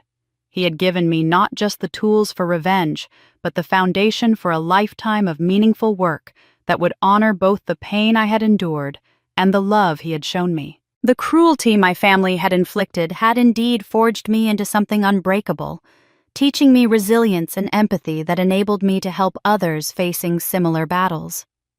But it was Grandpa's love, patient and unconditional and wise, that had made me truly free. Free from the need for their approval, free from the poison of consuming anger, and free to build something beautiful and lasting from the ashes of their corruption. As I watched the sunset over the city that once rejected me, I finally understood their cruelty had forged me into something unbreakable, and Grandpa's love had made me free. And that's how Emma Morrison transformed from the invisible daughter receiving a humiliating $1 inheritance into a global force for justice, using her family's own corruption as the foundation for protecting millions of victims worldwide. Her grandfather's love didn't just give her wealth and technology, it gave her the strength to turn her deepest pain into her greatest purpose. This story proves that no matter how powerless you might feel, no matter how invisible your family makes you, the truth has a way of surfacing when you're patient, prepared, and brave enough to stand up for what's right. Emma's journey from victim to victor shows us that sometimes the people who underestimate us the most are the ones who give us the greatest motivation to succeed beyond their wildest imagination. But here's what I want to know from you. Have you ever felt invisible in your own family? Have you witnessed corruption or abuse that everyone else seemed willing to ignore? What would you have done in Emma's position when that $1 check was placed in your hands in front of 300 witnesses? Would you have had the courage to expose everything, knowing it would destroy your family but save countless victims? Share your thoughts in the comments below, because stories like Emma's remind us that justice isn't just about what happens in courtrooms, it's about ordinary people finding extraordinary courage to do what's right, even when it costs them everything they thought they wanted. Your experiences and insights help build a community where people support each other through difficult family dynamics and moral dilemmas. If this story inspired you, motivated you, or made you think differently about family loyalty versus moral responsibility, make sure to subscribe to our channel and hit that notification bell. We share true stories of people who found the strength to overcome impossible odds, expose corruption, and transform their pain into power that helps others. Every subscription helps us reach more people who need to hear these stories of courage and redemption. Don't forget to like this video if Emma's transformation from victim to justice warrior resonated with you, and share it with anyone who needs to be reminded that their voice matters, their worth isn't determined by how others treat them. And sometimes the greatest revenge is building something beautiful from the ruins of other people's cruelty. What other true stories of family drama, justice, or incredible comebacks would you like to hear? Let us know in the comments, and remember, your story matters, your courage counts, and sometimes the people who try to make you feel small are just revealing how threatened they are by your potential for greatness. Until next time, keep fighting for truth, keep building your own legacy, and never let anyone convince you that you deserve less than justice, respect, and love.